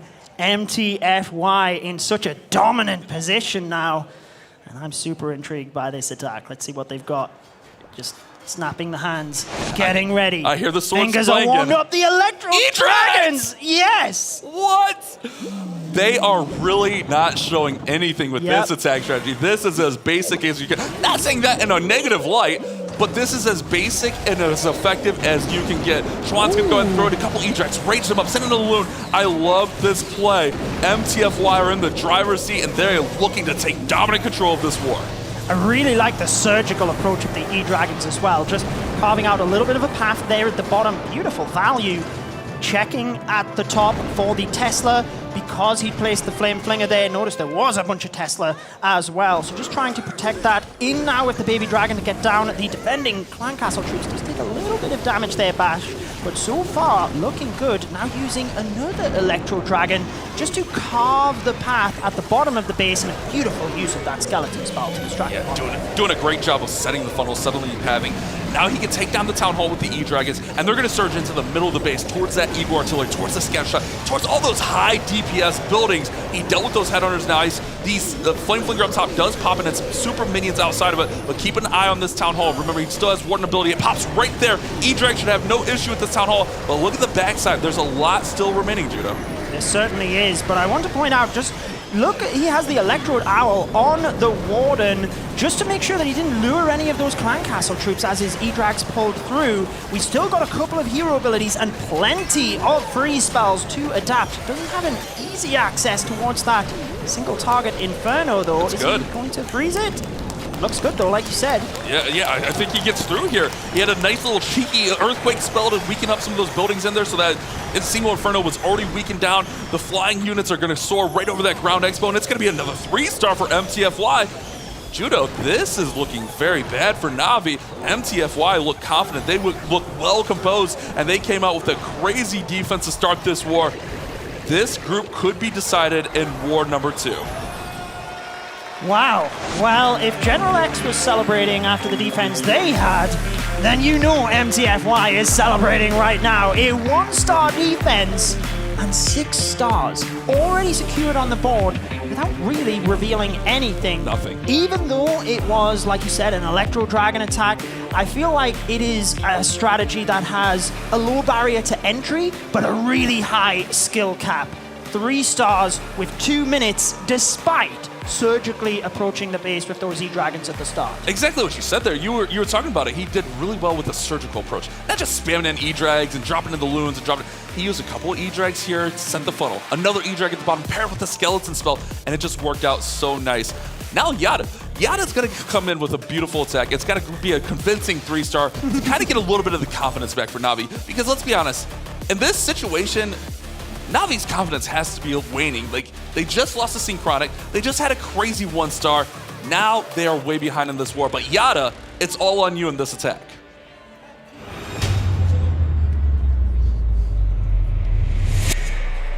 Well, if there was ever time to pick up your confidence, it needs to be now, and it must be so difficult this year with the teams facing off against each other as well. They can directly see their opponents. Starting off here with the Warden Walk on the right-hand side. Again, we have that Fireball. I mean, at this stage, they have to just get comfortable 3 stars. They can't be factoring in time, right? Like exactly. the odds of it going to time is not great. So brilliant job there with the invisibility spell. Fireball onto the model. It almost feels like a hush came over the arena as soon as this attack started. I think everyone understands this situation. Yada did use the Super Witches earlier, but did not pair it with the Fireball. So electing to bring that Fireball in and just clear out some of those heavy-hitting defenses. Anytime you get the Monolith down. Okay, we're fine, no panic, don't panic, chat, we're fine.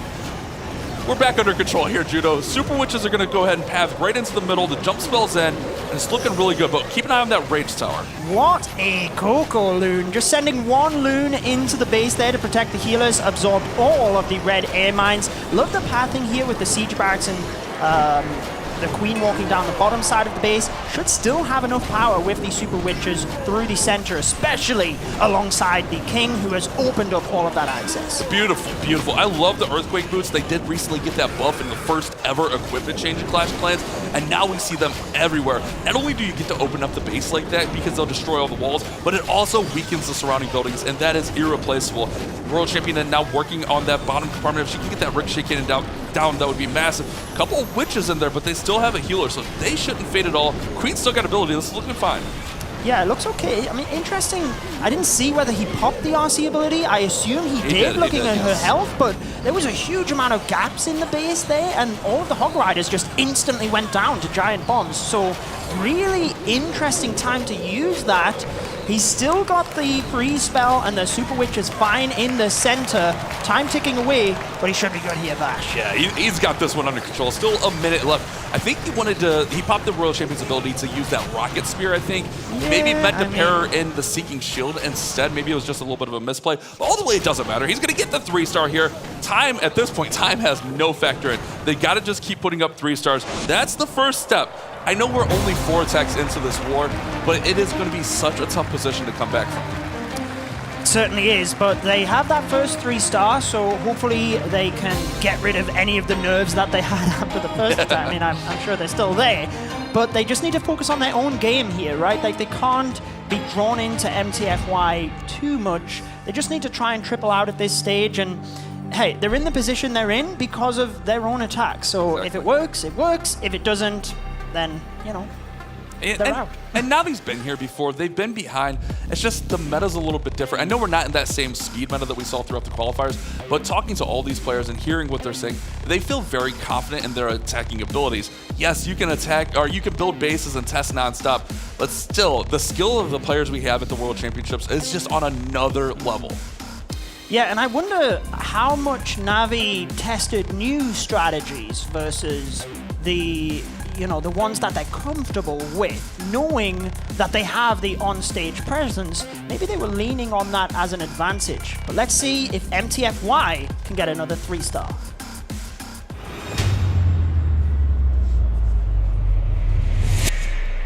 Here we go. Cloud, the captain of MTFY, coming in with another Root Riders. Judo, are we still in that speed battle? Like, what is going on here? This is insane with the Root Riders. 2 overgrowths on this one, which is a generally safer play to shut down multiple portions of the space, or just go back over the portion you shut down. Yeah, I mean, like you said, I think it's important to keep reminding everyone at home that the World Championship Finals are being played on the hard mode.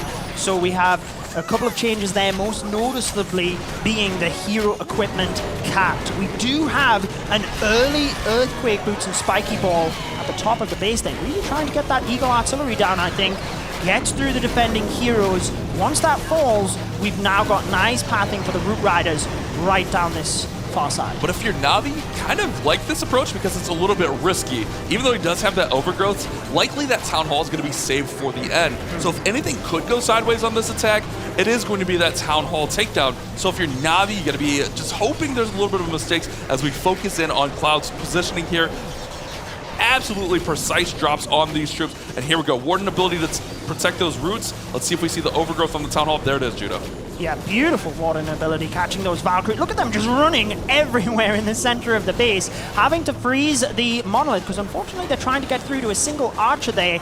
Archer Queen, having the range, can now step through, take down the Monolith, while the Root Riders and Valkyries take out a lot of the DPS. And this is what the overgrowth is for, right? You can separate DPS on the base where there is a huge amount of damage. Just continue to use that. Notice this time, not hitting the defenses at the bottom, only the Town Hall, so that he can still target the Grand Warden statue down there. Yeah, he wants to just have everything up and just right there for the Town Hall. And this Queen's in position, if she hangs out a little bit longer, that she should be right there as that overgrowth's getting ready to fall, because there's not going to be much left. The roots are starting to fade. World Champion is up there, does have an advance, and there it is. Town Hall is available. Queen's going to take it down, and it's going to be another 3-star for MTFY. They are looking impressive, Judo.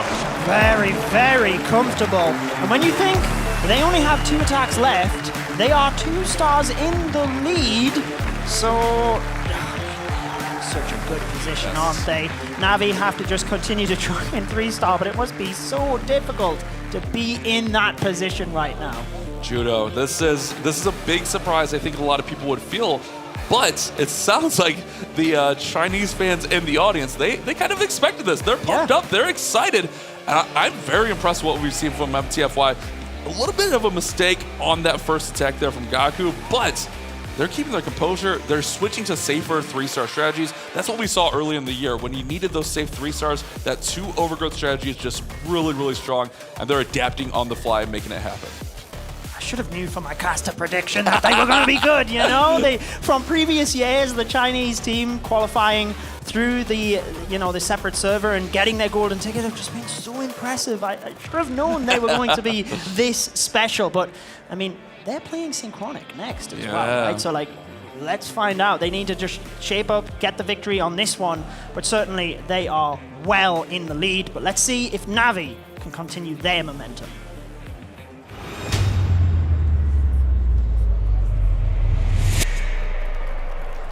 Kazuma must 3-star. There is no choices left for Navi. They are behind by 2 stars after a 1-star failure on the very first attack of this war. Lots and lots of pressure, but the one benefit, Navi have all been here before. Check this out, Judo. 20 Super Barbarians, 3 Golems. This is really going to be a hero-focused attack, as we saw the Fireball there on the Warden. Does have some Invises, so we'll see that to direct that Fireball. But this one is going to be all about the heroes and just a little bit of pathing with those Super Barbarians. Waking up the Town Hall with the Earthquake so that the Flame Flinger will be able to target it. Notice the Barbarians checking for Tesla around this region so that there's no surprises with the Flame Flinger. A couple of invis straight away with the Fireball hitting the desired location. Didn't quite get the scatter shot down there, but it looked like everything went okay to me. Yeah, I think the main goal is getting a lot of those surrounding buildings, getting that clan castle down so you don't have to deal with it. I didn't see if that scatter got healed or not. but that could have been it, but maybe just not enough. Remember, like you mentioned, with hard mode, that epic equipment is capped at 18, so maybe a miscalculation there, but all the heroes are in. The Flinker should have no problem with the Town Hall takedown, so I feel comfortable about that. It's all going to be about the middle of that base. There's a Rage Tower in there, there's Multi-Target Inferno, there's the Monolith. There's a lot of damage when he pushes these heroes to the middle. Yeah, I like the use of the golems as well, and just making sure to spread them in to try and protect the heroes, trying to time the one on the left-hand side since the Royal Champion is invisible first with the Fox, but the funneling that the Royal Champion has created will push the King and Queen right into the center. With the Rage Gem on the Warden, he's able to keep those heroes boosted throughout this attack. Flameflinger still gradually chipping away at that Town Hall. Flameflinger should have no issue getting the Town Hall down. King did get taken out here, though, but those Earthquake builds did significant damage as that Rage Tower went off. Royal Champion is now joining the party with the Queen and the Warden there in the middle. Queen has healers out. Another Golem, Ice Golem combo from the top. Still plenty of Super Barbarians. This is looking really, really nice for Kazuma as that Town Hall does finally fall. Super Barbarians will clean out the exterior, and it is going to be a much-needed 3-star for Navi. The class of that attack as well, really beautifully dissecting the base, nothing too rushed, very nice job, especially given the pressure that they are under right now on the big stage, backs against the wall. To do something like that, super well done to Kazuma. I love the composure of not only Navi after the fail, but also MTFY. They know they need to go win this war, but at the same time, they're very focused, laser focused. But you can hear the crowd. The audience is getting excited. That's what I love about live events. Yeah, you're focused, but you can hear the vibes of the crowd. Yeah, you absolutely can. And one thing that we obviously touched upon in that attack is the capping of the equipment, right? And with the Fireball, typically in the regular mode, you only need one Earthquake to take down majority of defenses. However, in hard mode, because it's capped at level 21, you need 2 Earthquakes. So just a misplace of one of those as well when you're trying to quickly rush everything in, that can certainly prove costly. But again, really like that attack. MTFY though, should they 3-star here? I mean, it's not very likely they're gonna 1-star in the last attack, surely. It's all but over. Let's be honest with ourselves. And we've already seen them shift to safer strategies. We've already seen them shift to that double overgrowth, which I think if you talk to anyone, that's a super safe strategy. But they can all but put this war away with this next attack.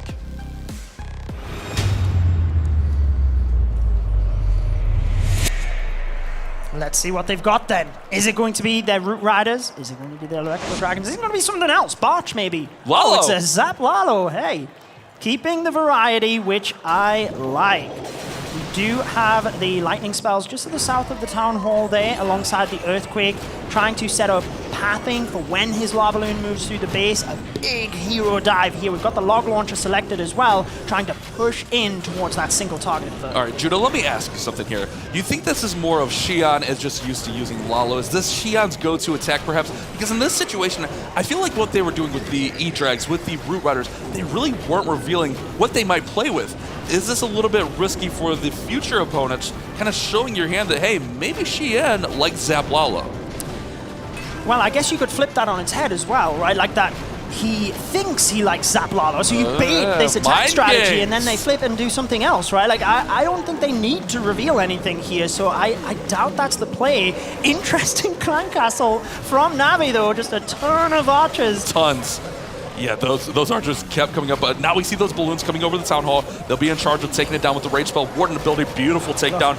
Looks well versed in the Lalo. I guess when you're this good at Lalo, I wish I was half as good at Lalo as Xi'an is. Yeah, has the freeze there for the multi-target Inferno as well, because there is no other splash damage, and he could have predicted some of the red air mines, you know, next to the Town Hall or in the center there, but just tackling from the left-hand side. Look at how many balloons he has left on the back. What on earth is going on here? It's a balloon parade! Juno, that's what's going on. We haven't seen a ton of emotion, but I saw a beautiful smile there from Xi'an. There is those red air mines. They know what is happening now. They know they are going to make it to Sunday, but Juno, all they need is one more 2-star, essentially, and they will make it to Sunday. But on the counter to that, Navi, a huge fan favorite. I would say some people were expecting Navi to make a run at the championship. Yeah. They're going to be out after War 2. They're going to be our first team eliminated if this one keeps going this way. Wow. I mean... Wow is right. What can you say?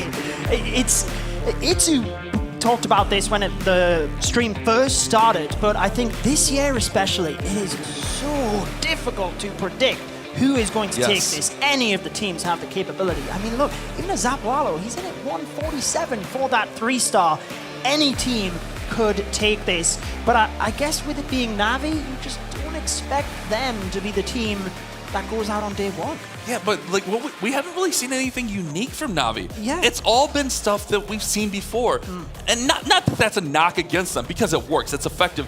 But we talked about in War 1, they were very deliberate with their attacks. They were slower than Synchronic.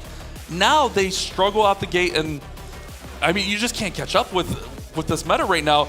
It's not that it's too easy, it's just that these pros are the pros of the pros. They are the best of the best. The top 6 teams in the world, they deserve to be here, and we're seeing exactly why. Navi's up next. They need another 3-star.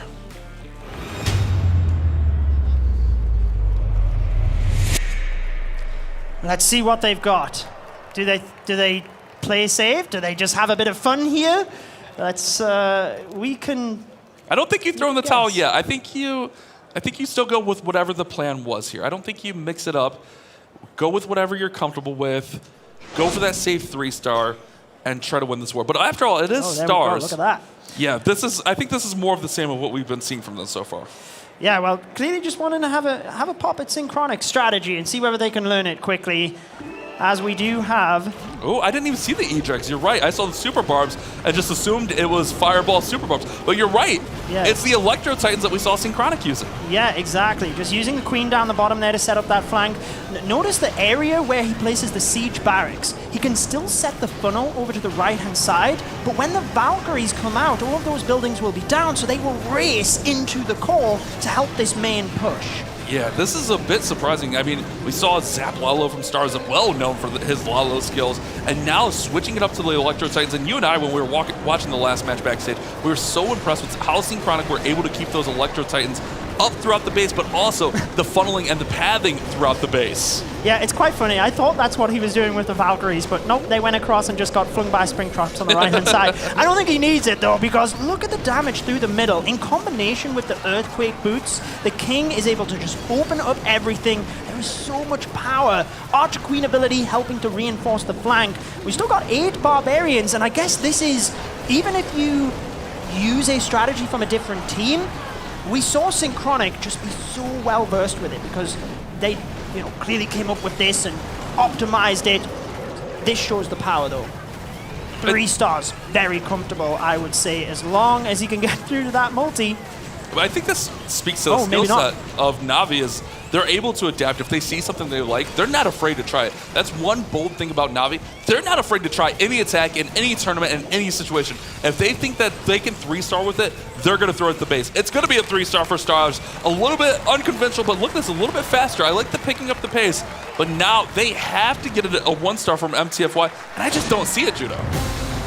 Yeah, got a bit closer to call at the end. It's always a nightmare when you're casting it. Yeah, it's an easy 3-star, and then something happens, and it's maybe not. We'll see. But very good job to again in this moment. The teams are facing off. The pressure is on getting that 3-star. We do have Klaus going up last for Navi, but MTFY war in their hands. See if they can take it in the next attack, I guess, Bash. And all they need is a 2-star. They don't even need to triple here. Yeah, that's the more impressive thing. So the odds of Navi winning this war are they're near impossible at this point. If you're MTFY, and like I mentioned, I keep reiterating on this point, we've seen that they're able to adapt. They're able to play it safe. All you have to do is go through the town hall, essentially. Heroes will be able to pick up enough. You send the Root Riders right through. You win this war, you move on to Sunday, and your prize pool also increases with that. Yeah, always nice. Always nice. But we do have Shuai, the last attacker for MTFY. I love the face-offs and the images we have of the players. Such an amazing job from the team this year. But I'm interested to see what happens, not just in this attack, but I've also got my eye on the match against Synchronic after this. Let's see if MTFY can finish it off perfect.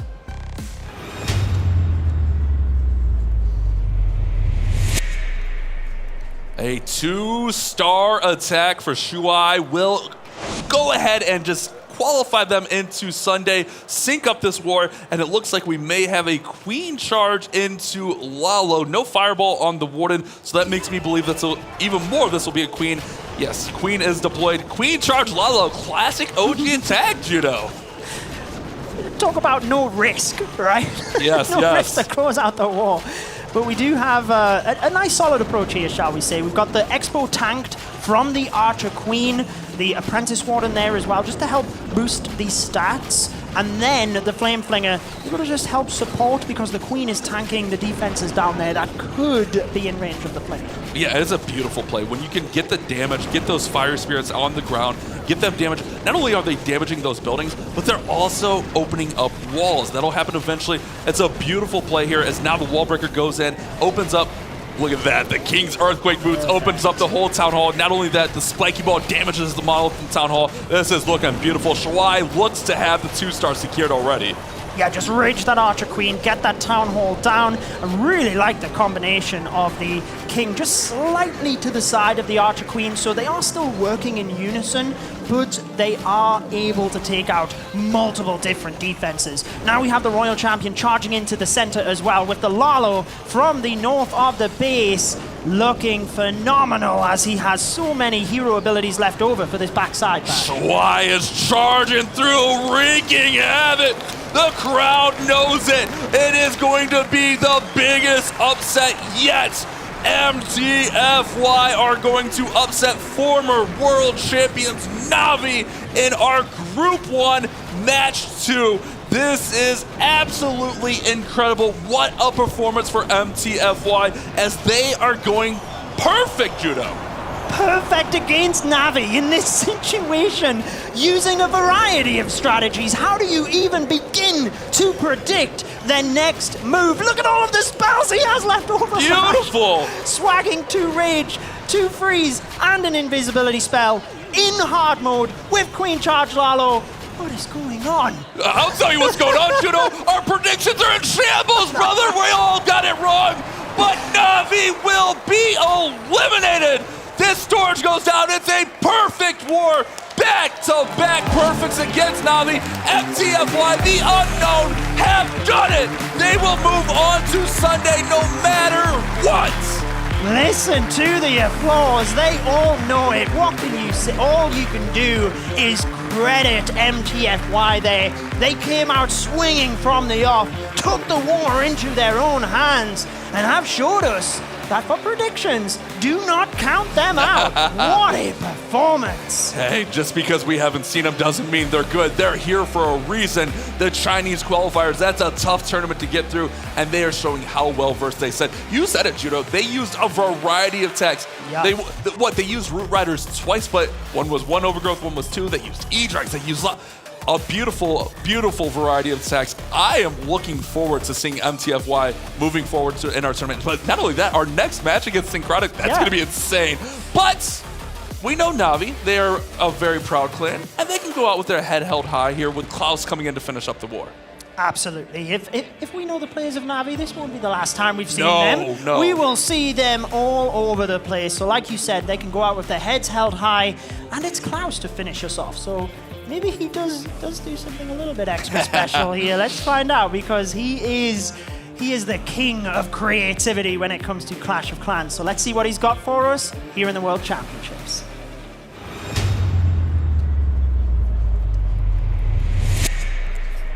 Do we get spoiled with a Na'Vi creative attack? Remember, even though they are eliminated, they still get a beautiful chunk of change, but they've also earned $40,000 as a team throughout this season, so it's not like it was a bad year for Na'Vi. Yes, you do want to make it further into the tournament, but a very beautiful year. What is this? 4 golems, a few super barbarians. Oh, let's go! Oh, multi-skelly donut judo!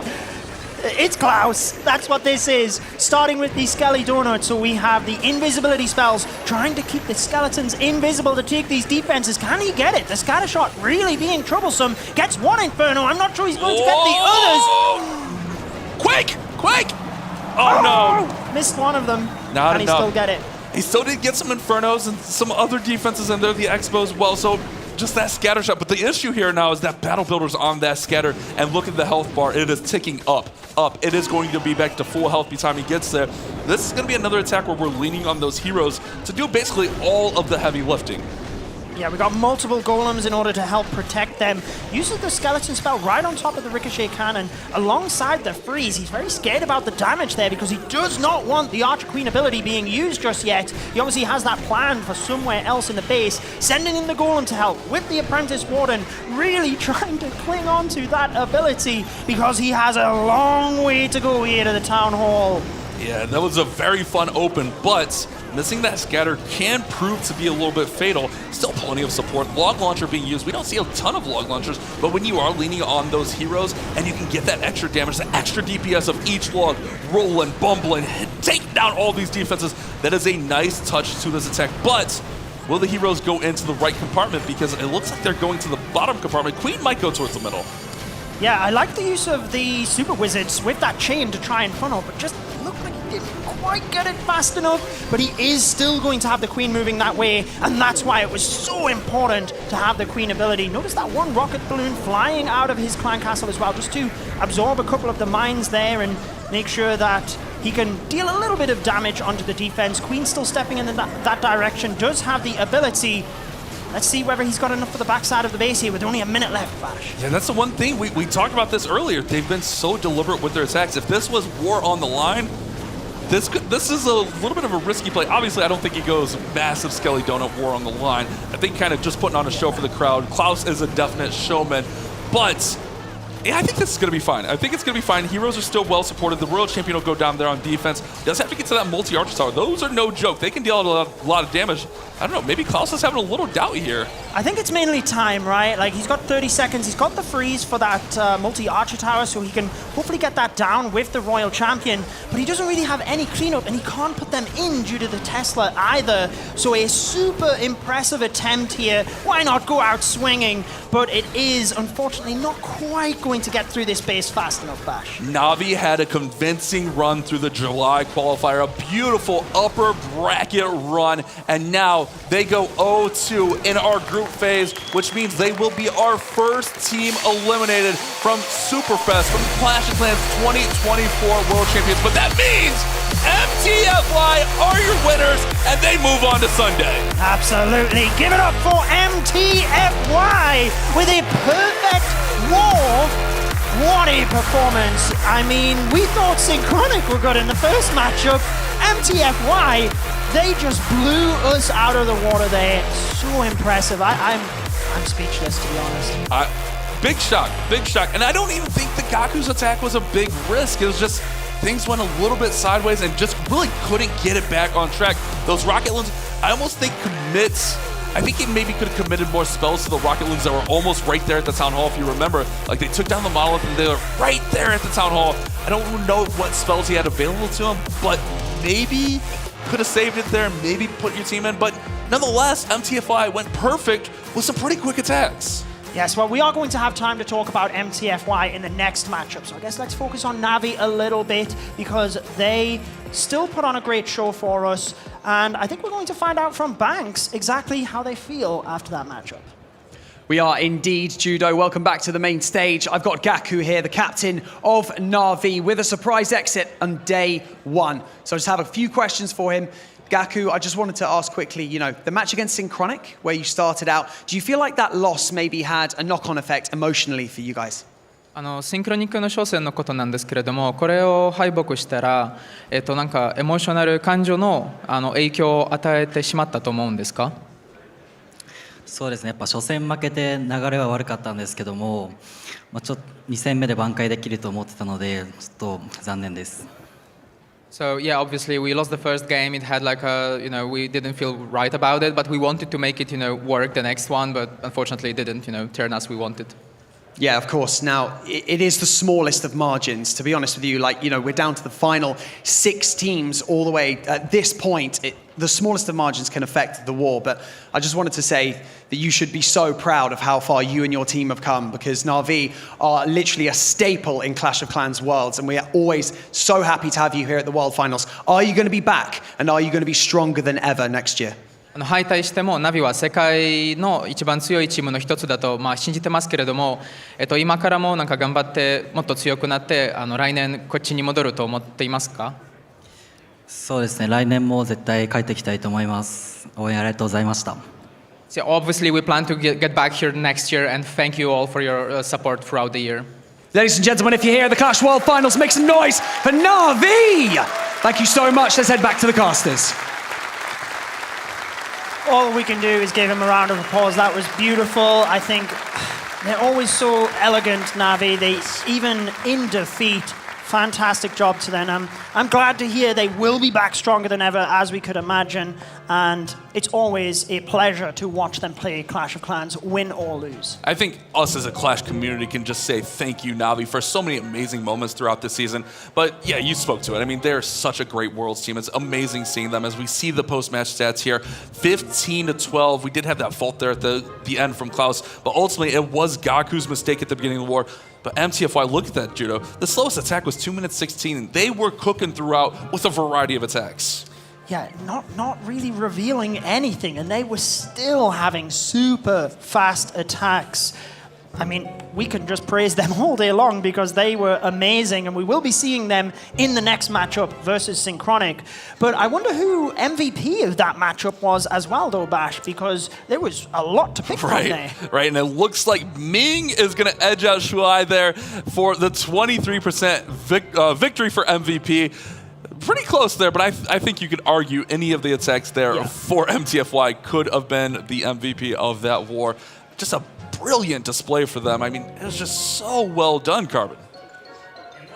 Indeed, what a war there for MTFY. And it's unbelievable to think that within those two wars, Na'Vi will be going home. But of course, we're going to, like you said, from Gaku, see him next year. We hope so. But I've got an attack to break down here for you because one of the attacks that is probably one of the most common ones in Clash of Clans for all different town halls is the Electro Dragons. So let me break this down here about the E-Dragons from Shuwan here. What he does to start is uses a Flame Flinger that's going to be deployed up to the top side. Notice how he deploys a balloon and it will trigger the Teslas. And then on the bottom side, we're going to see an Electro Dragons down here.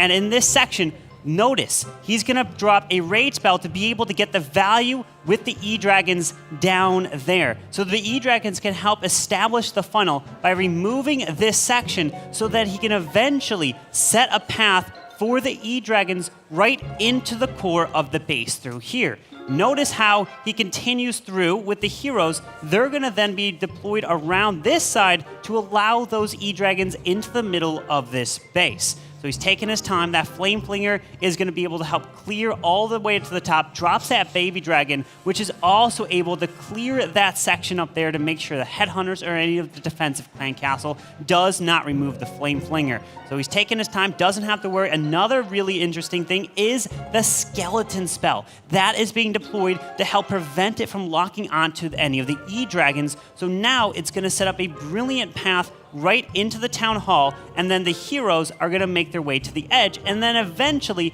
they can cut their way into the base, help get that value. As the Warden's ability goes off to protect these E-Dragons, the town hall goes down, and they continue moving through the core, getting all that value. The King's going to come up and around through this top side. Queen can help follow through as well. And then, of course, when this King moves through, you can then have that Royal Champion move as well from the opposite side. So the RC is on the complete opposite side to the left over here. So she's over there moving her way through. E-Dragons and everything is converging towards the back side. So a brilliant use of E-Dragons in the very beginning of this attack to set that funnel with the Rage spell. So the left side goes down, the heroes remove the right side, and then it sets up a perfect path straight into the core of this base for the E-Dragons, and a fantastic attack that we saw from MTFY. And the brilliant thing is, they came in with so many different attacks in this, so we don't know if they have anything hooked up that we may have never seen before. So that is a brilliant 3-star right there. Fantastic job. And I can't wait to see what they could do in the next match against the Chronic Judo.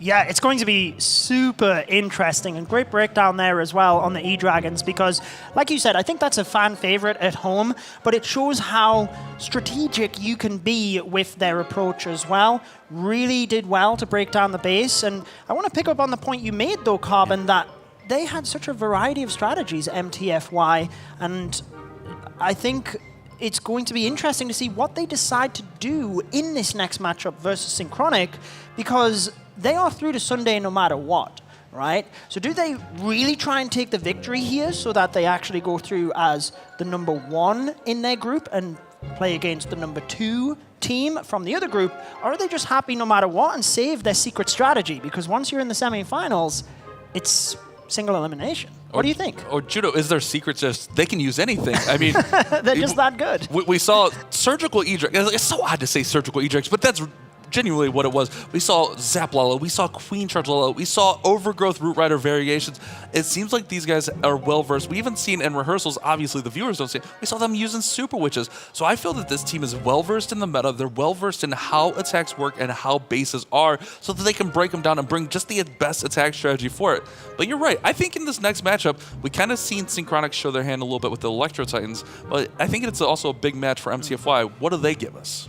Yeah, they can really give us almost anything as we've seen them do exactly that. When I talked to these teams before, I asked them in this exact situation, if you have a situation where you know going into the final attack of the day that you've already advanced, what is your game plan? Many of these teams are saying that they are going to kind of hold back. They don't want to release anything that they don't have to. So they still will keep their cards close to their chest, and that is probably what's going to happen here. Granted, they still want to be the number 1 seed coming into Sunday, but just like you said, Judo, if you do make it a Sunday, it is single elimination. The pressure is on, and these teams can at least take a deep breath.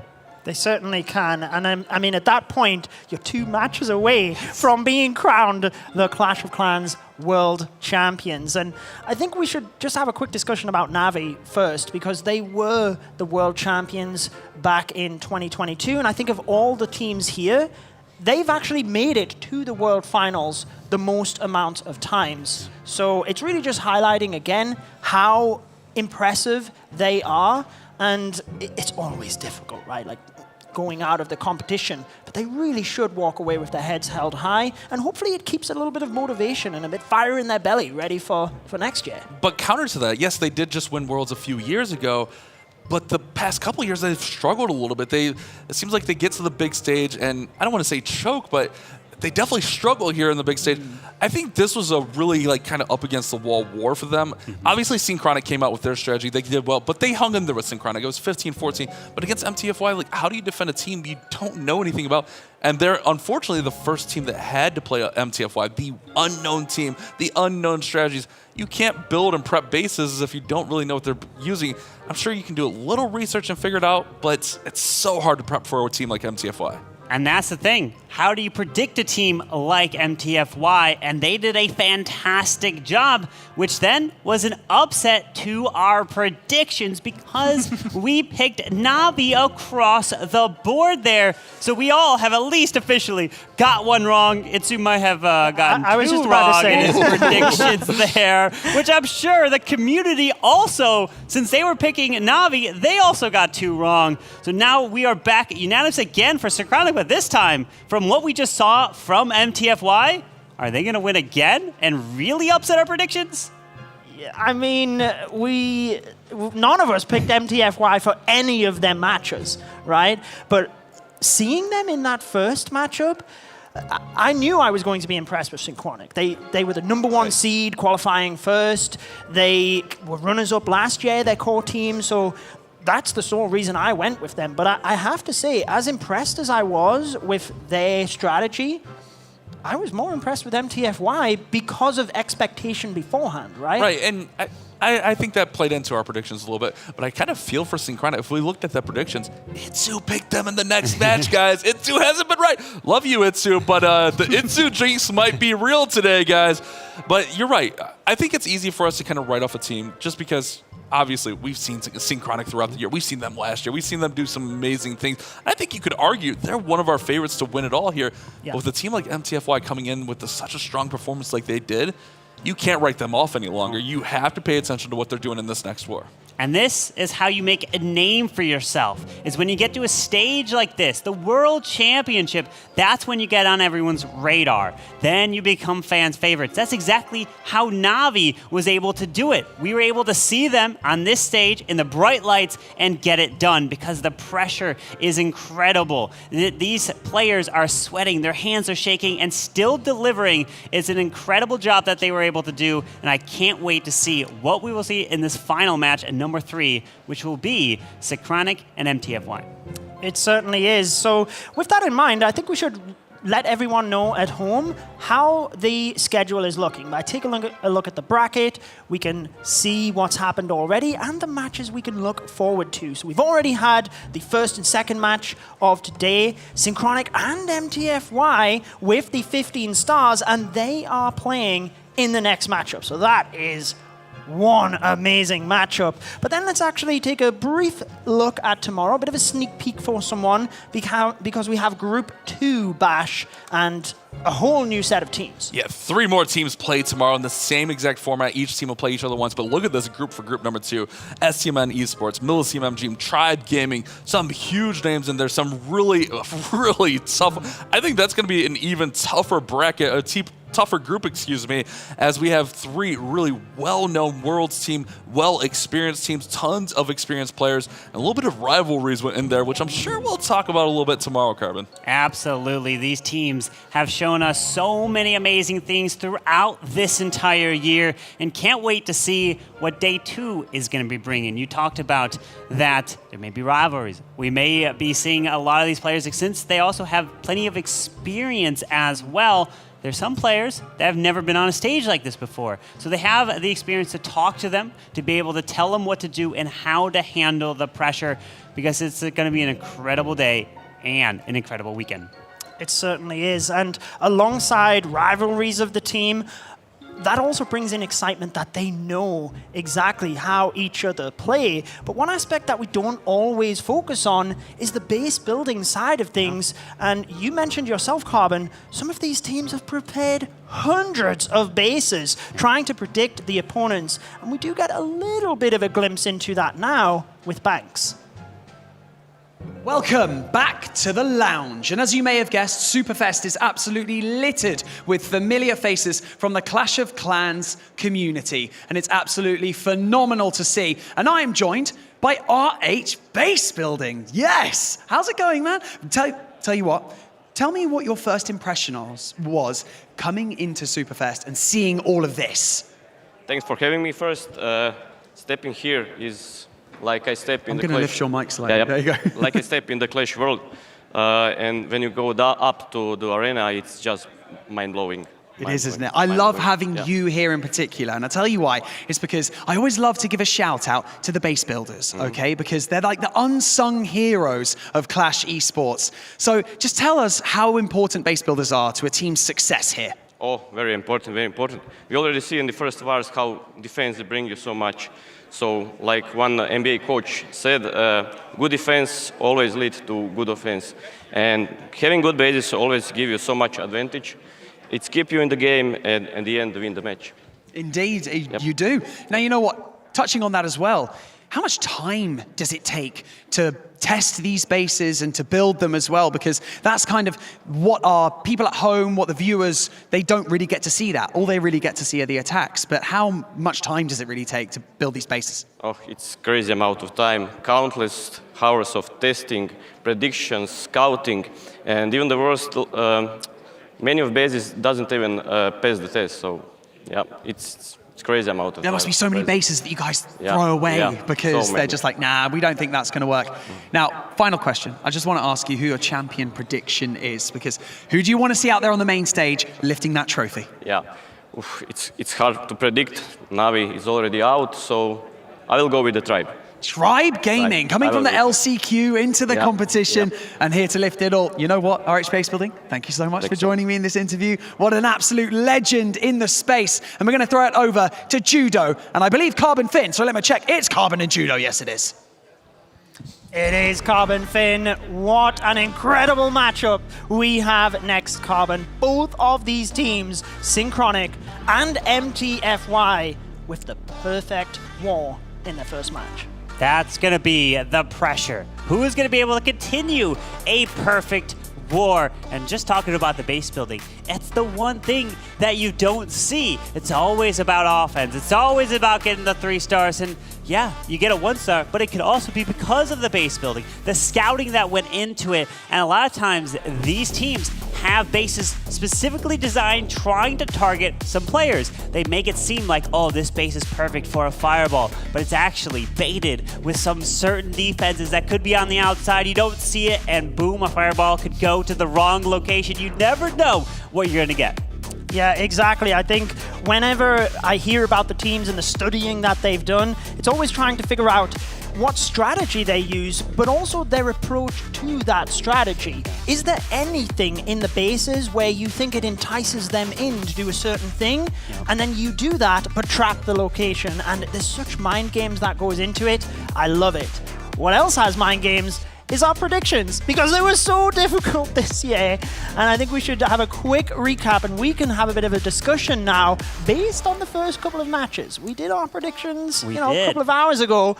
What are your thoughts now? Would you be tempted to switch from Synchronic? Or from the performance of MTFY, I'm starting slowly, but I'm still leaning towards Synchronic just because I know their experience. They came so far to get to and they were the very first golden ticket team. Yeah. Granted, MTFY couldn't be the golden ticket team in the first one because they came from a different regional qualifier anyways, but still, Synchronic has been on this stage in the lights many times before. Some of the players for the very first time, but their captain, of course, General X, has plenty of experience, and he's definitely talking to them, telling them how to do it. Yeah, exactly. Just having someone there that can set the right tone, I think that's something that, again, is just underestimated, right? Making sure you have the right team morale and everything like that as well, and just having different types of players that can help to gel well as a team. I too would probably stick with Synchronic despite how impressed I was with MTFY, mainly because when you look at their attacks, 130, 138, 139, they were super fast with that attack strategy as well. So if they do both perfect in this next war, I would definitely be leaning towards Synchronic of having the faster time. Yep, Synchronic has the experience as well of trying to be faster time. But remember, this is hard mode, and a lot of the stats that we have up here is based off of when they qualified, which was without hard mode. So it was a lot different, and that's why this World Championship is really, really interesting. You never know what to expect, and that was proven here today, where Na'Vi is being sent home first. This happened in previous World Finals, where a favorite team getting sent home, but of course, you never know what to expect, but we know what to expect. Let's go and jump to Banks. Thank you so much, Carbon and Judo. It is now time for our final war of the day. This is your last chance to make a first impression here at Superfest. Now, obviously, let's bear in mind that both of these teams have qualified into the following day of matches. However, this is to show who is going to dominate the main stage on day one. So, your first team to take to the stage is Einstein, Philip, General X, Mark, and Simon. They are Synchronic Gaming.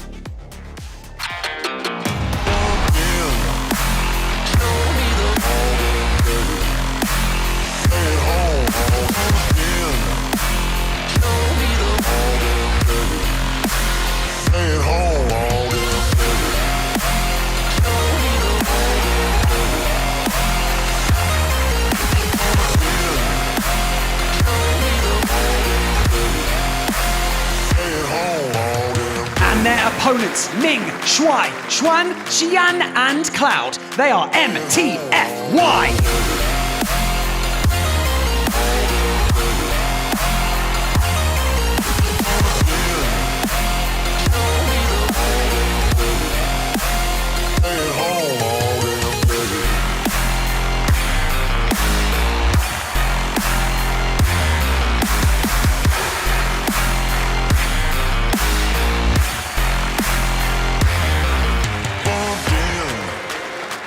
Such amazing team introductions. You can feel the stage shaking up here at the caster desk because that is how intense this next matchup is. Synchronic, MTFY, we're just about to get into the first round of attacks. We are getting ready for the third match here today as Synchronic, the very first golden ticket team. They got a perfect war, but they weren't the only ones to get the perfect war. We have Einstein, Philip, General X, Mark, and Simon. And Simon's probably going to be the one to be leading it off again as they have a preset order they'd like to do since they kind of practiced that at their boot camp. But this is the most relaxed you could ever be this weekend because you know no matter what, however you do, you are guaranteed to make it to the final day, which is on Sunday. So even if they one-star, they could still maybe even be joking around a little bit because doesn't matter. They're already advancing.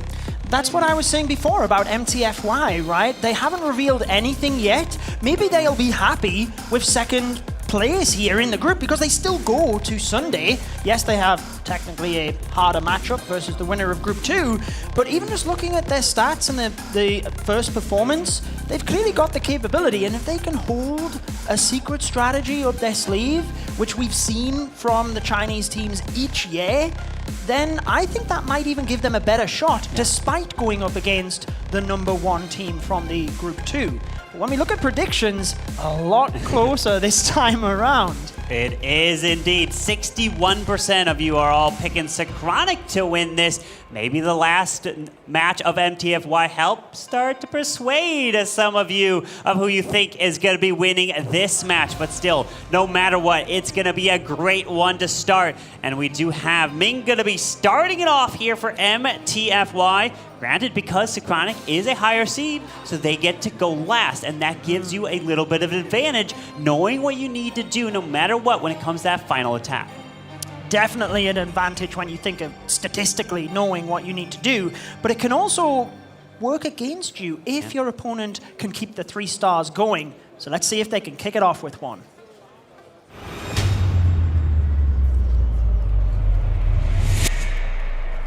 MTFY is looking to continue the streak. Can they continue with 3 stars? And it's the Root Riders. I was watching in the crowd that when we saw the double overgrowth Root Riders, and I was thinking to myself, okay, double overgrowth Root Riders is actually, in my opinion, safer than a single overgrowth because a single overgrowth can lead to those 1 stars, while a double overgrowth, you just overgrowth it once, overgrowth it twice, and then that's literally the final building left. There's so many times previous that 1 stars pop up. And of course, we already did see one earlier today. Granted, it wasn't from an Root Rider attack as he is popping that King ability right away there. Now as he continues this push through. Yeah, the Barbarian King got distracted by the enemy Queen, in fact. Didn't go for any of the defenses, so did have to pop that King ability a little bit earlier, but it looks like all has worked out because he has got this bottom area taken down for the Root Riders to move through. Royal Champion just trying to sweep across the top. Notice the skeleton spell there, already down for distraction. Really well versed with this strategy, Carbon. Absolutely, continuing the push through. Doesn't have to worry about the King's ability, Earthquake, who's opening the Town Hall compartment because you got the Root Riders. They will be able to push their way through, but now pairs in that overgrowth so that you don't have to push through the Town Hall explosion and deal all of that damage. So he continues through. Did clip the monolith as he's slowly pathing his way towards the Tassel Farm, the multi, and that Town Hall is the last building that will go down. Exactly, like you said, just not taking the damage of the poison, but then also there's no defenses behind the Town Hall wiping you out whilst you're slowed down. We still got the Royal Champion ability here to try and ping through these last couple of defenses. She is gonna get taken down by the Town Hall. A bunch of Valkyries and Root Riders, though, will be able to finish this one off. We do have that P.E.K.K.A. and a Super Barbarian moving to the Town Hall, and this will be good to get a 3-star. Well done. MTFY starting it off with the triple. Gonna put some pressure onto Synchronic now.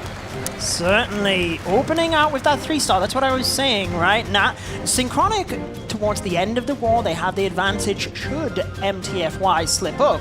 But if they don't, the pressure is always on them. They have to be playing catch-up with every single attack. So should MTFY be able to continue 3-starring like this, then you've got to say the pressure would be mounting a fairly decent time as well on that one, 147. And in the first matchup with Synchronic, we've seen their average time be around about 1 minute 40 with their Titan and Super Barb attack. Yeah, now with Simon attacking next, when they qualified, Simon was hitting at an 86% 3-star rate. But when hard mode got introduced, it dropped down just to 85. But when hard mode switched to even harder, it dropped down to 74. So it's slowly been going down. Granted, he did get the 3-star to start in the very first match. So let's see if he can continue that, because there's been players here in this tournament that were like Yada, that was perfect from hard mode. But now it's time to prove it. Can he continue to get more 3-stars? So let's see what Simon's got.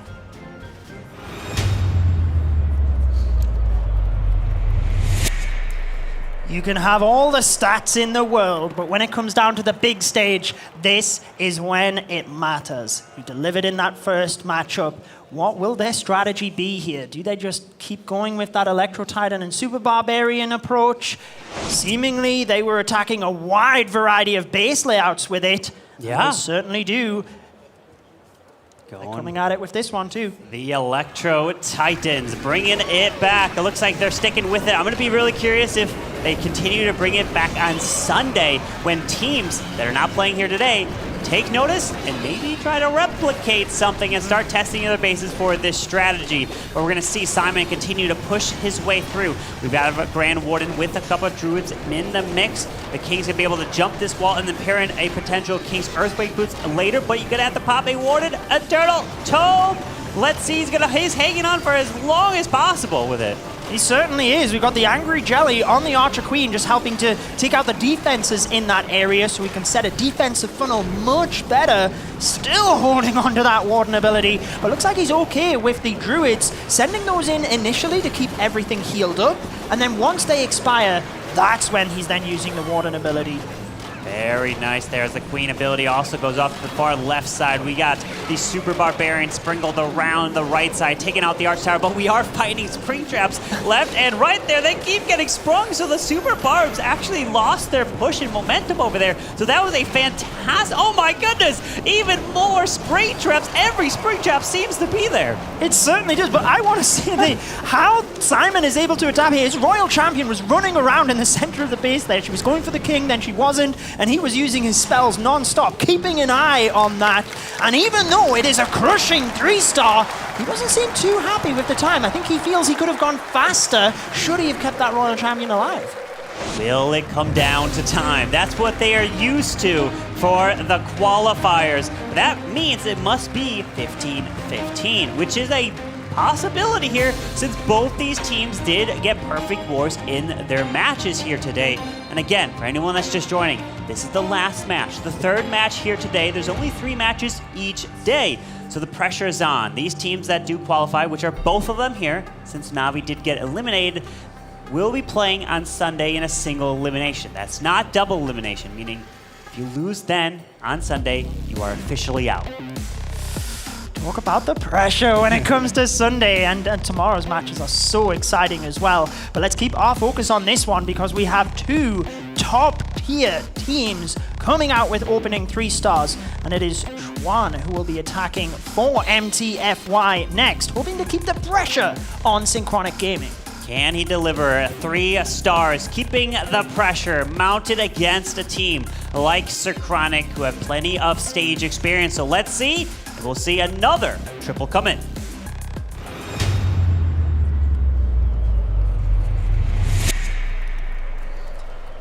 MTFY, I guess, technically behind on time a little bit right now, but I'm sure they are not looking at that too much. The Electro Dragons it is. Let's see if we have a very similar approach to the first war, where we have just a couple of surgical E-Drags to set the funnel. Looks like it is being that way so far with the Flinger on the left side of the base. Balloon at the top to test for any seeking air mines. Then we have the Electro Dragons just chaining through, opening the area for the rest of them to move to the center. It's looking very similar to how I broke down his attack in the very last match, where you're using some E-Dragons on the top side, pair it in with a Rage spell, so you can set the funnel on one side. Then you have a Flame Flinger to the far other side, so you can send the rest of these E-Dragons potentially in between. But we also have the heroes. That could be a good spot potentially on the right side to go towards that Royal Champion, because the Eagle Artillery, that's already been removed. So you don't have to worry about those Eagle Artillery shots raining fire right on down. As the defensive Queen on the far left, she looks like she's taking some damage from the Fire Spirits. Yeah, I really like the use of that Dragon Rider just mixed in there as well, since it's more defense targeting. Didn't quite get the Expo down, which would have been nice, but certainly the hero is now used on the opposite side. Means it's not going to be the end of the world, as we have the E-Dragons charging towards the center of the base. Majority of his spells left over to support that main push as well. As he's pushing his way into the core, we do have poison spells there onto the Town Hall that could be around it as the E-Dragons are continuing to push through. Drops that Rage, and let's see this Queen. Her ability has been forced, still has the Royal Champion. We have the Warded ability just getting activated now. The Skeleton spell providing some nice distraction on the Monolith, continuing his way through. There is an Earthquake to the bottom side, so it can help deal damage to these defenses, so the Rocket Spear of the RC takes them down even faster. Yeah, I love the synergy between all of this as well. The RC ability used perfectly as the E-Drags were about to get in range of that air defense, but Carbon, he's got 2 freeze spells, and he has to commit them to the Town Hall for this Royal Champion. He's in real danger right now. Oh no, look at this. We have the Royal Champion. She's going to be able to go for the Town Hall, but maybe is the double poison spell tower a great defensive option against E-Dragons? Because it slows them down and not going to be able to get the best chains off, as he's got 1 freeze left. The Warden's still trying to make his way through. He can go down from the scatter, the air defense, so he freezes the multi. But the RC, her Spear Fox is gone. Yeah, he was just constantly flying into that air sweeper as well, in conjunction with the poison spells. Didn't have the force moving through the base, and you've got to say, Synchronic, beautiful spot right now, given how powerful they were in the first attack. I'm sure General X is celebrating again. Yes, He's secretly celebrating inside right now. 100%. He sees the defense and he loves it. That gives you a huge advantage in a competition like this. Fantastic defense from Synchronic. Granted, they both know they've already advanced, so it's still, you can take a deep breath, but you still want to put a best of a performance as you possibly can. Of course, because tomorrow's matchups, we already teased the teams in the bracket. If you've been following throughout the year, you know who qualified. There are some really difficult teams you're going up against. So when it comes to these semi-finals, if you can play the runner-up of tomorrow's group rather than the winner, then clearly that is a bit of an advantage. So they will be wanting to win this war, no doubt, despite qualifying. You want that #1 seed, and Philip is coming in as the second attacker here. His hit rate was an 86 in the original hard mode, only dropped a little bit to an 84, so he is still hitting at a fantastic 3-star hit rate. And of course, these stats. Incredible shout out to CCN for providing the insights that we love to learn. Everything that goes into it. What's their 3-star hit rate? What's their 1-star hit rate? Anything and everything, their stats on. Yeah, just seeing them all collected together, but will it be impacted by this next attack?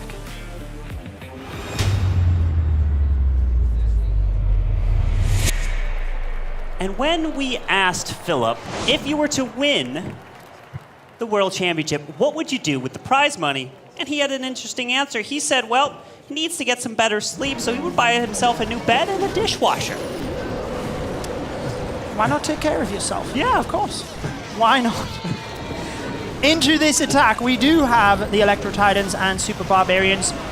I have to say, I love how they tailor this strategy to the base as well. Sometimes the Queen's used on the flank, sometimes she has the Angry Jelly. They are really just adjusting, so it's not a one set selection of troops.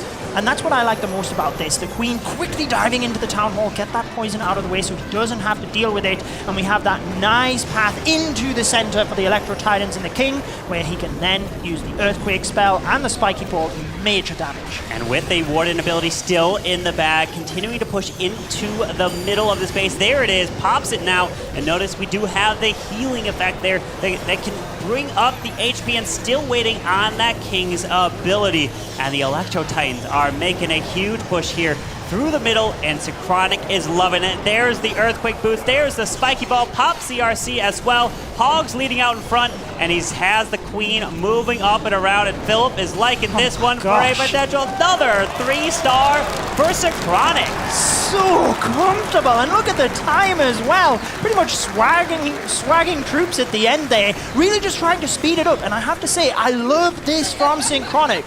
They could comfortably just cruise here, but every single troop deployment is to assure he gets the fastest time in case they do slip up. They are not taking any chances, and I always admire when you see that from teams, just giving it literally every single thing you've got.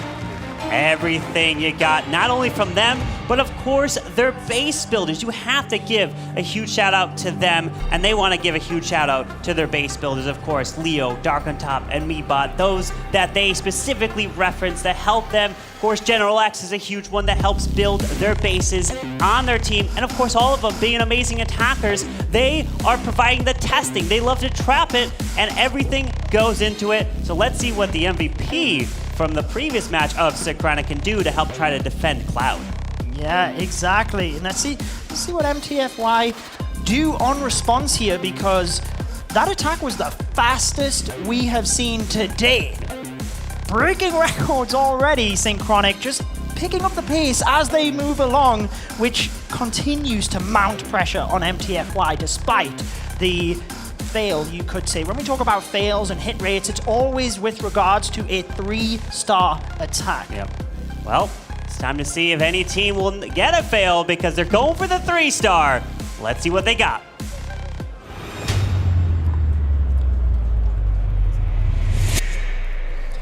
Let's see what they've got indeed. MTFY with the Super Bowlers. Oh my gosh, continuing with the variety here, Yes. really wanting to make sure, yes, even if they, don't win this matchup, like you said, they are guaranteed to move forward to Sunday. They do not want any team being able to predict anything. Nothing. They are trying to keep all their cards close to their chest here. They want to be able to go into Sunday and deliver the biggest punch they possibly can. So you have no idea what to predict if they can 3-star with any strategy. So as this Queen continues to now charge from this left side, let's see if this Queen is going to be securing the Town Hall. We do have the Milev. A lot of times when you go into a Milev, you tend to try to drop a Skeleton spell. I don't see that in this army here. Yeah, I guess he'll probably decide to use either the invisibility spell or the freeze just to guarantee the Queen is going to get that. Quickly dropping the King to try and take down a couple of the buildings down there so that the Archer Queen is focused on the Town Hall. Does have to be quick. A couple of archers getting in his way whilst the Monolith fired, but you see that freeze in combination with the Rage. Town Hall goes down, and now the Super Bowlers, a couple of them look like they're starting to walk. Quickly sends in the Royal Champion to try and adapt. Oh, I love the delay of the Super Bowlers, because what this now does, these Super Bowlers can move straight into the core of the space as long as they do. And I say that, they start walking to the right side, because now the Town Hall poison's gone, you'll be able to continue through. That's the biggest thing. You don't want to go through the core and to get affected by the Town Hall poison, especially when it slows you down. But he's continuing this push, and let's see if it's got enough power to make its way to the backside, where we still have the Tassels, the Eagle, and multi-arch towers. Yeah, really nice approach, like you said. And despite a couple of the bowlers starting to walk, he quickly used his hero abilities to try and force them back into the center, where you see them now with the jump spell giving access to the backside of the base. We still have the Queen ability, Carbon, despite her being the first troop down, and the Royal Champion ability as well. We still have an Invis to use potentially for that Queen, the Ground Expo on the backside. There's the ability now. When is he going to try to make it invisible? Because the multi-archer tower is picking off the healer one by one, and he does invest it on the real Queen. Because remember, when you use the mirror, you'll have some clone Queens, and if the real Queen dies, the clone Queens will continue to go, but they only have a certain amount of time before they disappear. Yeah, and I think they were starting to move towards those non-defensive buildings on the outside as well, so he was really trying to get that multi-archer tower down, but with the Royal Champion and the Rocket Spear pings through that from a distance. Expo starting to cause a little bit of trouble. The Royal Champion will get that down and should be able to take down these final few buildings in time. As long as he got it with 23 seconds left, I'm looking at the final remaining buildings. The RC goes through and he's liking it. Just getting into the Wizard Tower, the gold storage, and we have a 3-star coming in for MTFY. Yes, not really too concerned about time, obviously. Just wanting to make sure they keep getting their 3 stars, keep themselves in this match. Certainly they want to win. But again, I think the main vibe I'm getting from MTFY here is they don't want to reveal anything. Win or lose this matchup, they go into Sunday for the semifinals. And at that point, even if you reveal your strategy, the other team can't build bases against you due to cooldowns. The most they could do is flip around some traps in order to then try and defend in the final. But is it too little too late at that point? Well, I guess a big question would be if the teams, would they run a exact same base? Then that starts playing mind games of, wait a second, did we just see this space? Or did they completely trap it differently? Like, there's really almost anything, and these builders and these players will think of it. Certainly, but let's focus back in towards the next attack. Synchronic, again, they have, as we said last time, just been picking up the pace each and every time. Let's find out what they have here. I would suspect just the Electro Titan and Super Barbs, and certainly they have revealed their approach. I think it was the right play. And let's see if they do it again with this one.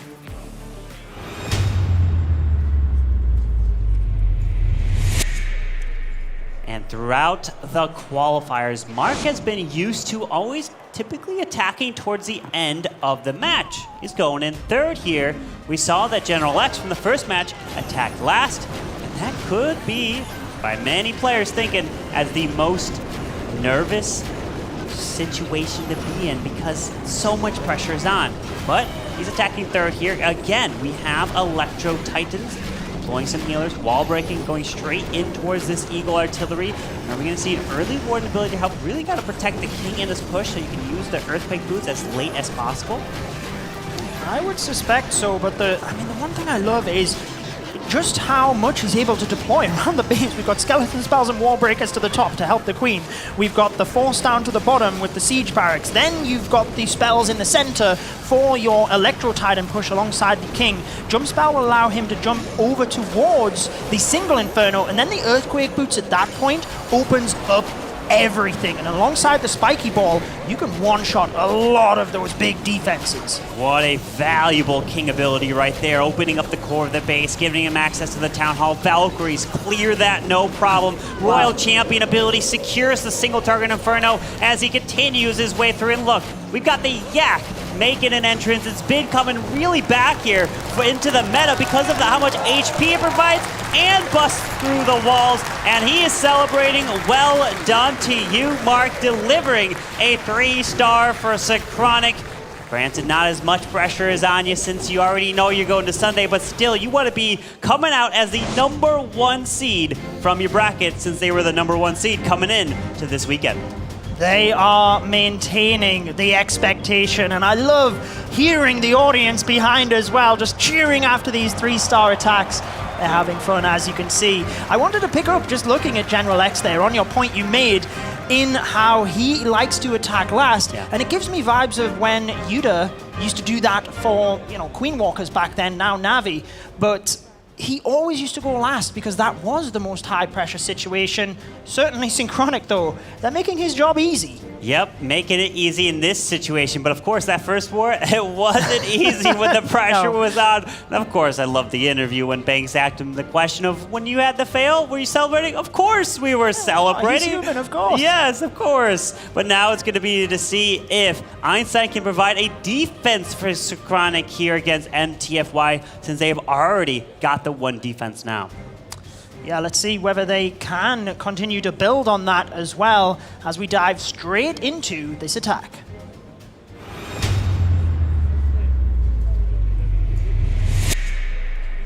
And let's see the strategy. Is it going to continue to switch it up?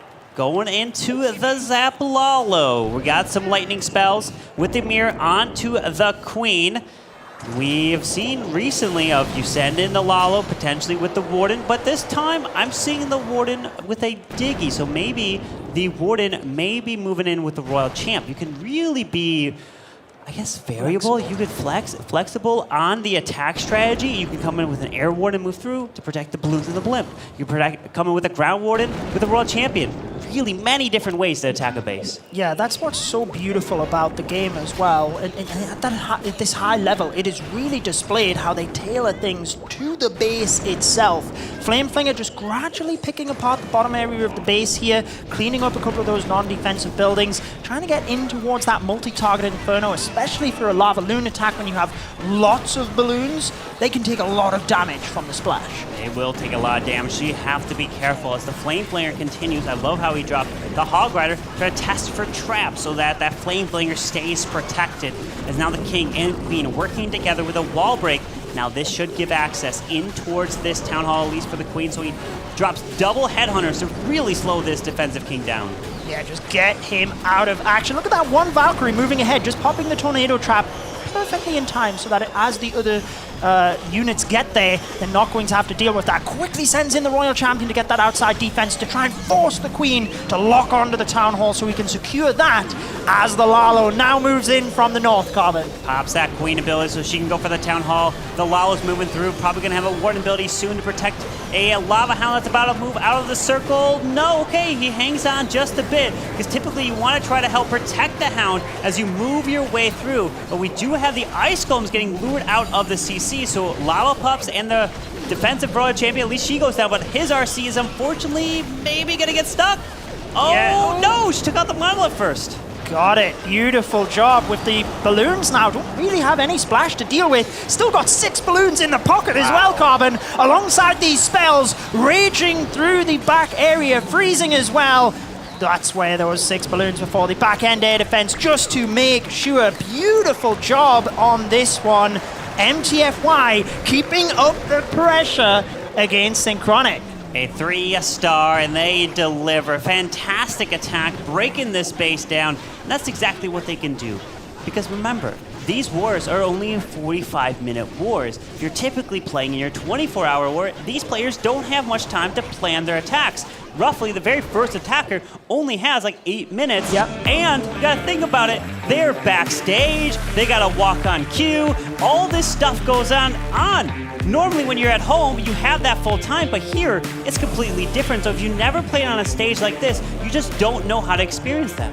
Yeah, exactly. The initial attackers don't get long to plan, and they really have to come up with those strategies quickly.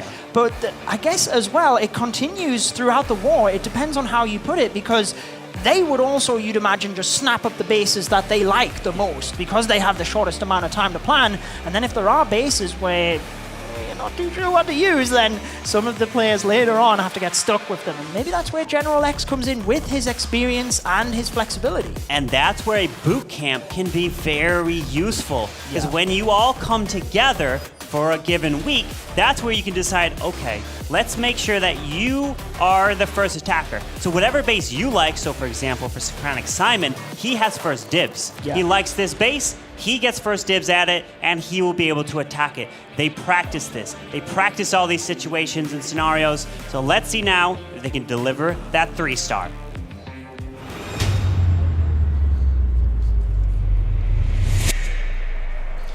Synchronic being perfect today. The only team to be so far. I don't want to jinx them, but hi, General X. Let's see what they've got as the 4th attack is about to go in. And wait until you see the attack time, Carbon. I spied it at the end of this last attack. Have a look. They are over a minute in the lead when it comes to average attack time. Now, this is interesting. Swapping their strategy here, not using the Electro Titans, maybe like Itsu mentioned at the end of the first war, perhaps they don't see how to narrow down the path through the center in this base, which certainly looks a bit trickier. Absolutely, but the one thing with fireballs is if it doesn't hit the value you want, it is really likely of leading to a 1-star. And wow, the fireball flies through. Fantastic value to start. And the thing with Invis is, remember, you only have about 4.5 seconds, and even you gotta count the time that it's falling from the screen, that you have to be able to react quickly. And if you don't, then the Invis will wear off, and the fireball will go to a complete wrong direction. Yeah, because even after you've dropped the spell, it takes like just a moment before the defenses become invisible. So there's so much to think about. And I really like the invis spell on the defenses, because whenever the defenses, or any buildings for that matter, are invisible, your troops also won't go to them either. So that then redirected the heroes to the top, where we have the log launcher push moving in, taking down that monolith quickly. Notice how he's trying to utilize the logs as well, not just to open up the compartment, but to hit those defenses as well. And now we're starting with a little mini Lalo to the bottom side, the Hound, the balloons going through there. But this, look at this log launcher. It's going to continue to open up, and we'll have troops coming out of here to be able to be more protection for this queen, plus pairing her ability of the mirror and the healers, and it's looking really good as he has 8 rocket loons still to send in. Yeah, beautiful job. I really like the free spells here as well. The defensive rage just powering the defenses that are already supercharged in that area, but just counteracting that with a freeze. This is still a super fast attack by Synchronic as well. They have the celebration, the crowd there as well, and they deserve it. So impressive, showing that flexibility as well here. It's an incredible attack, and Einstein's average attacks through the hard mode in the newest hard mode version is around like a 2-minute 11-second attack. He was quite a bit faster than his average, which means that they've been practicing these and really bringing it for the World Championship. You think they've been practicing before this? A little bit. You think? What I am most impressed at as well, just picking up on the stats there, how he's able to do that faster and more impressive, but also on the stage. Yeah. There's a lot of nerves come into play here, especially when you're facing the other team, you've got the audience around you.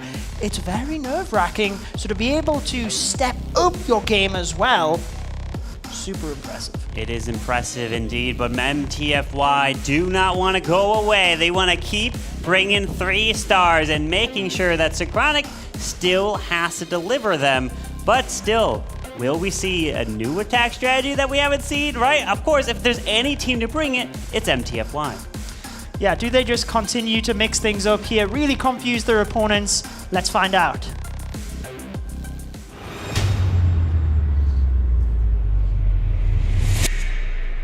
And if you take notice, in front of each one of these players, there's a little green button, or there's a button. Once it turns green, that means the next player can go ahead and attack. And things like this you don't know as a viewer, or even in the stage, that it's so nerve-wracking you have to wait on cue when for your attack to go in. But now it's coming in with the Lalo, coming in with 20 balloons, and it looks like that Queen charge pairing in the Apprentice Warden down to the bottom side, as we're gonna see a Queen charge her way towards this Town Hall potentially. No jump, but 4 super wall breakers. Yeah, what I really like about this approach as well, he has the initial healers, and certainly I'm sure he will be sending in some Coco Loons to try and protect the healers, but he also has the healer puppet on the Queen. So should he run into a red air mine farm and lose his own healers, he can just press the ability and he spawns the other healers, since he's using the frozen arrow alongside this, which is a passive ability. Yep, and that's a beautiful thing for the Queen charge especially, but when you have that frozen arrow, you have to be careful. Many times players lose their queens through ability and can't keep it alive, so it is kind of risky, but it also is very strong. That's why it's an epic ability nonetheless, as we are pulling out the clan castle of the archers slowly but surely. Does have a poison spell to deploy, and he doesn't think he's pulled that full CC out yet. No, I don't think so, judging on the amount of archers as well. Just trying to troll things, but we do have nice pathing to the bottom area of the base with the Flame Flinger. Royal Champion helping up the top alongside the King, now using the Earthquake Boots to guarantee that the Archer Queen has nowhere else to go. She has to move towards the Town Hall, or one would think Ice Golem's there just to slow her down. He does have invisibility spells should he think it's needed, but trying to just dodge that for the moment and protect the spells for if he needs them on the Lalo. Yeah, the Queen is staying alive. There we go. Town Hall's going to go down, freezes the backside multi and the poison spell tower, so these balloons can continue through. And a beautiful Grand Warden ability making his way through, drops that rage, leading in towards the monolith, and the Queen stays alive. She even has ability. He's got freezes, he's got invises, and a flawless attack coming in for MTFY. It's always amazing to see so many troops left over at the end, alongside the spells as well. It's the biggest part of the esports building up to the World Finals, and we still see such crushing attacks. Remember, this is played in hard mode, and it really shows how good the pros are at Clash of Clans. They are so good at this game, making it look so easy. And this is the harder version of hard mode that we saw, right? With changes being made, especially the changes to the equipment, for the normal equipment being dropped down to 15, epic equipment being dropped down to 21, so they don't have those same abilities which you're maybe used to. Fireballs getting the value, you need more earthquakes to be able to take that stuff down. But these players, they've practiced with all that, and of course, but the one thing that is kind of interesting, normally players use Legends League to practice. Super interesting. But they can't really do that now because Legends League is not in hard mode. Yeah, I wonder how that impacts things, right? Because a lot of the players would use that in previous years to make sure they were in tip-top shape. Maybe that's led into the mysteriousness of the teams this year, because everyone is trying to, you know, keep tight to their chest what it is that they're going to do. And I think it just builds so much excitement. Let's get into the next attack.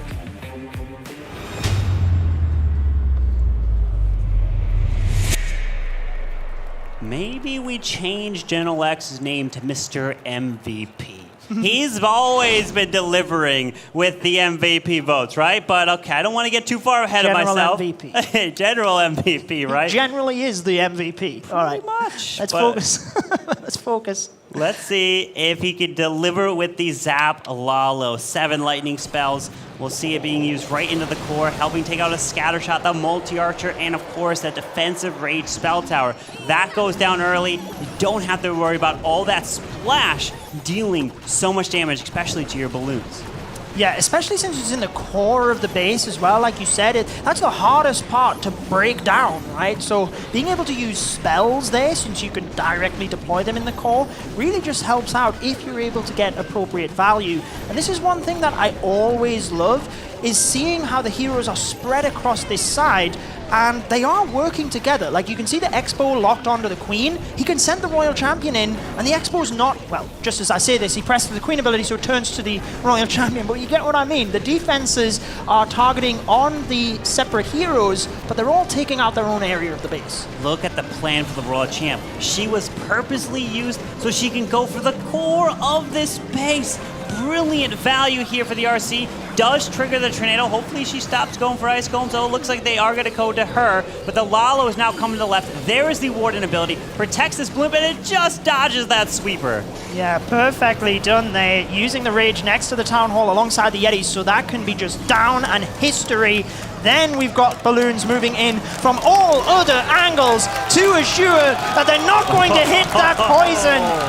Wow, Synchronic with 2 perfect wars today, going through to Sunday's finals as the #1 seed and putting fear into the eyes of the teams that are watching for tomorrow's group stage as well, Carbon. Ice in his veins, getting it done, delivering General X. What an attack, and of course we get to probably hear from him yet again. You know, what a performance, coming in as the #1 seed.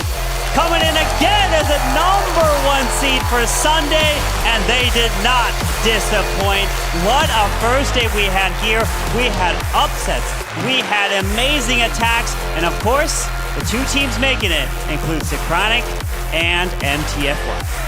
Yes, I'm sure we'll have a quick rundown, but Synchronic going through as your #1 seed, which means they will play the 2nd placed team from tomorrow's group stage. MTFY going through 2nd in this group, obviously then plays the #1 seed, the winner of tomorrow's groups. But so impressed by all of the teams, to be honest, Navi included here today. Synchronic step above the rest, though. They did an amazing job, but of course, we heard from General X in match number 1, and it's time to hear from him again, right now with Banks.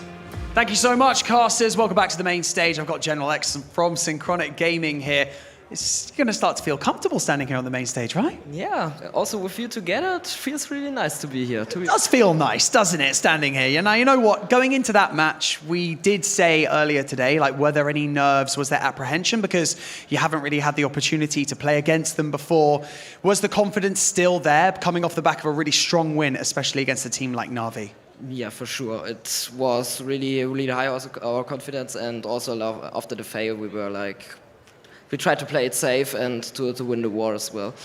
Well, perfect. I mean, you couldn't have asked for a better start, right? Going into Sunday, do you feel like that confidence is now just going to be oozing, or are you going to try and make sure everyone keeps their feet on the ground and just, make sure that they focus on what they've got to do?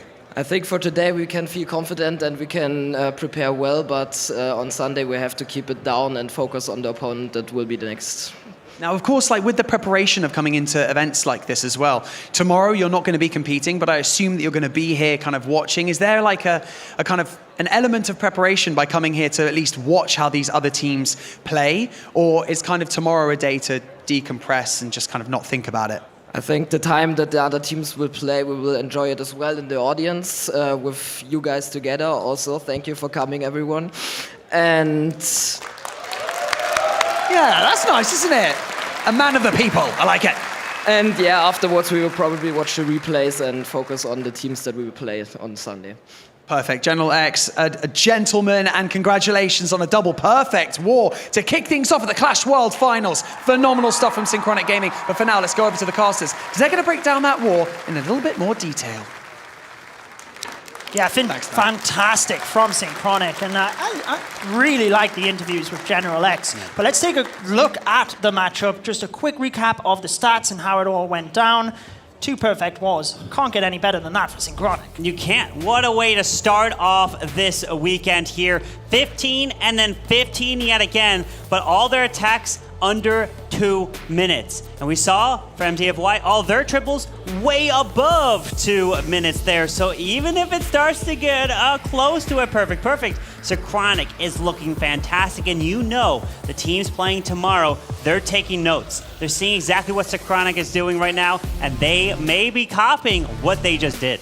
Yeah, just trying to build around them because they will very likely be facing them on Sunday's matches, especially the second team. But we are joined up on the caster's desk by Clash Bashing, who is also going to help break down the match. How did you feel, just very quickly, from that one? It's super impressive to see Synchronic just continue up what they've been doing there. It seems like they found something with that Electro Titan strategy that is absolutely insane. And that's what we're going to be taking a look here. We're going to break down the second attack of that war, which is the Electro Titan attack. They've just been leaning on that, and it's kind of gotten them to this point of 2 perfect wars so far. So very impressive what they've been doing, but I definitely want to take a look at Simon's attack here on the war. So what he did here was really, really unique, and we saw them do this a couple times. He put the Angry Jelly onto the Queen. So this allows the Queen to kind of work through this whole area because that Angry Jelly is going to allow her to target defenses. So she's going to kind of work through here, uses some skeleton spells beautifully. She's going to kind of work in this area and take that out. In the meantime, on the top funnel here is the Siege Barracks along with the Royal Champion being deployed there, and that's going to allow all of those beautiful Electro Titans to work right up into the middle of the base, push them through, and we've seen Synchronic using this attack with success. This has kind of been their go-to attack. It's been their little secret weapon. Judo talked about it a little bit in the open, where Synchronic said they had something that they felt really good about, and I believe it is this Electro Titan attack. After he goes ahead and takes down the core there, works through, it's really just managing everything, using those final few spells to kind of push through the back of the base, using the Queen over here on the left-hand side with that Magic Mirror and the healers. We're seeing all the teams using the Queen with the Magic Mirror and the Healer Puppet. It is such a powerful combination of equipments. It is the true meta right now for the Queen, and with that, it's all about cleanup here. We bring in those Super Barbarians to finish up. Electro Titans are still standing. The nice thing here is with the healers and the extra healers from that healer puppet from the Queen, those Titans just don't go down. And it is another convincing 3-star for Simon. But not only that, it is very fast. Judo and I were talking about that. I think they were talking about it there throughout that match. Not only is this very effective, it is a very fast attack strategy. And that is why the Synchronic is having 2 perfect wars. And they are perfect thus far. They are our Group 1 winner. And I think it's well-deserved with their preparation for this. Yeah, totally. I mean, you can see how much they have been building towards this. And do we even need to take a look? I guess let's take a look at the MVP and see if it is the main man himself. 59% for General X. Wow, I mean, you've got to give it to all players of Synchronic, obviously. They have stepped up and performed today. But it's so cool to have him there as the staple of Synchronic Gaming. And he's just so good on camera as well. It's just a way of life for General X, of course. So let's now update you on the bracket as we have just concluded day number 1. We do, unfortunately, have to say goodbye to one team, and that is the fan favorites, Na'Vi. Did lose their first 2 matches today, so they will no longer be in the running for a chance to win the World Championship. But that means that we will be moving on to day 2 and having still some amazing teams. Statama Esports, Millissime MG, and of course, Tribe Gaming. And then day 3, which will be on Sunday, that's the semifinals and the grand finals. All of those will be single eliminations. No more double elimination here. So you lose one, you are now officially going home on day 3, Bash. Yeah, but we have a very, very tough group tomorrow. That group is absolutely stacked there, but I think we wouldn't. We kind of need to talk about our predictions because it's been an up and down roller coaster. I think we were all kind of on that same page throughout that last war, and that's what kind of came to fruition here as Synchronic sweeps the caster predictions, but also sweeps day 1. They certainly did, and well, Itsu reviving himself a little bit there in that last matchup with the Synchronic pick. I tell you what, I am super interested to see how our picks look tomorrow because, as you mentioned, Bash, those matches, oof, they are spicy, Carbon. They are going to be an amazing day. You do not want to miss it. And it's going to be exactly the same time that we started here today. But of course, we couldn't close it out with handing it off until for Banks. Thank you so much, gentlemen. Superfest is off to such a hot start, isn't it, Itsu? It is indeed, especially with the big upsets today. Na'Vi dropping out early, I think no one would have expected that one.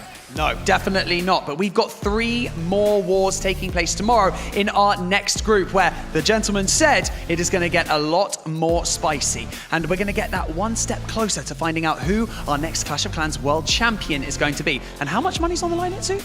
$1 million. $1 million! Absolutely unbelievable. Make sure that you collect all of your rewards at event.supercell.com and we will be seeing you tomorrow. Same place, same time. We will see you then. Clash on!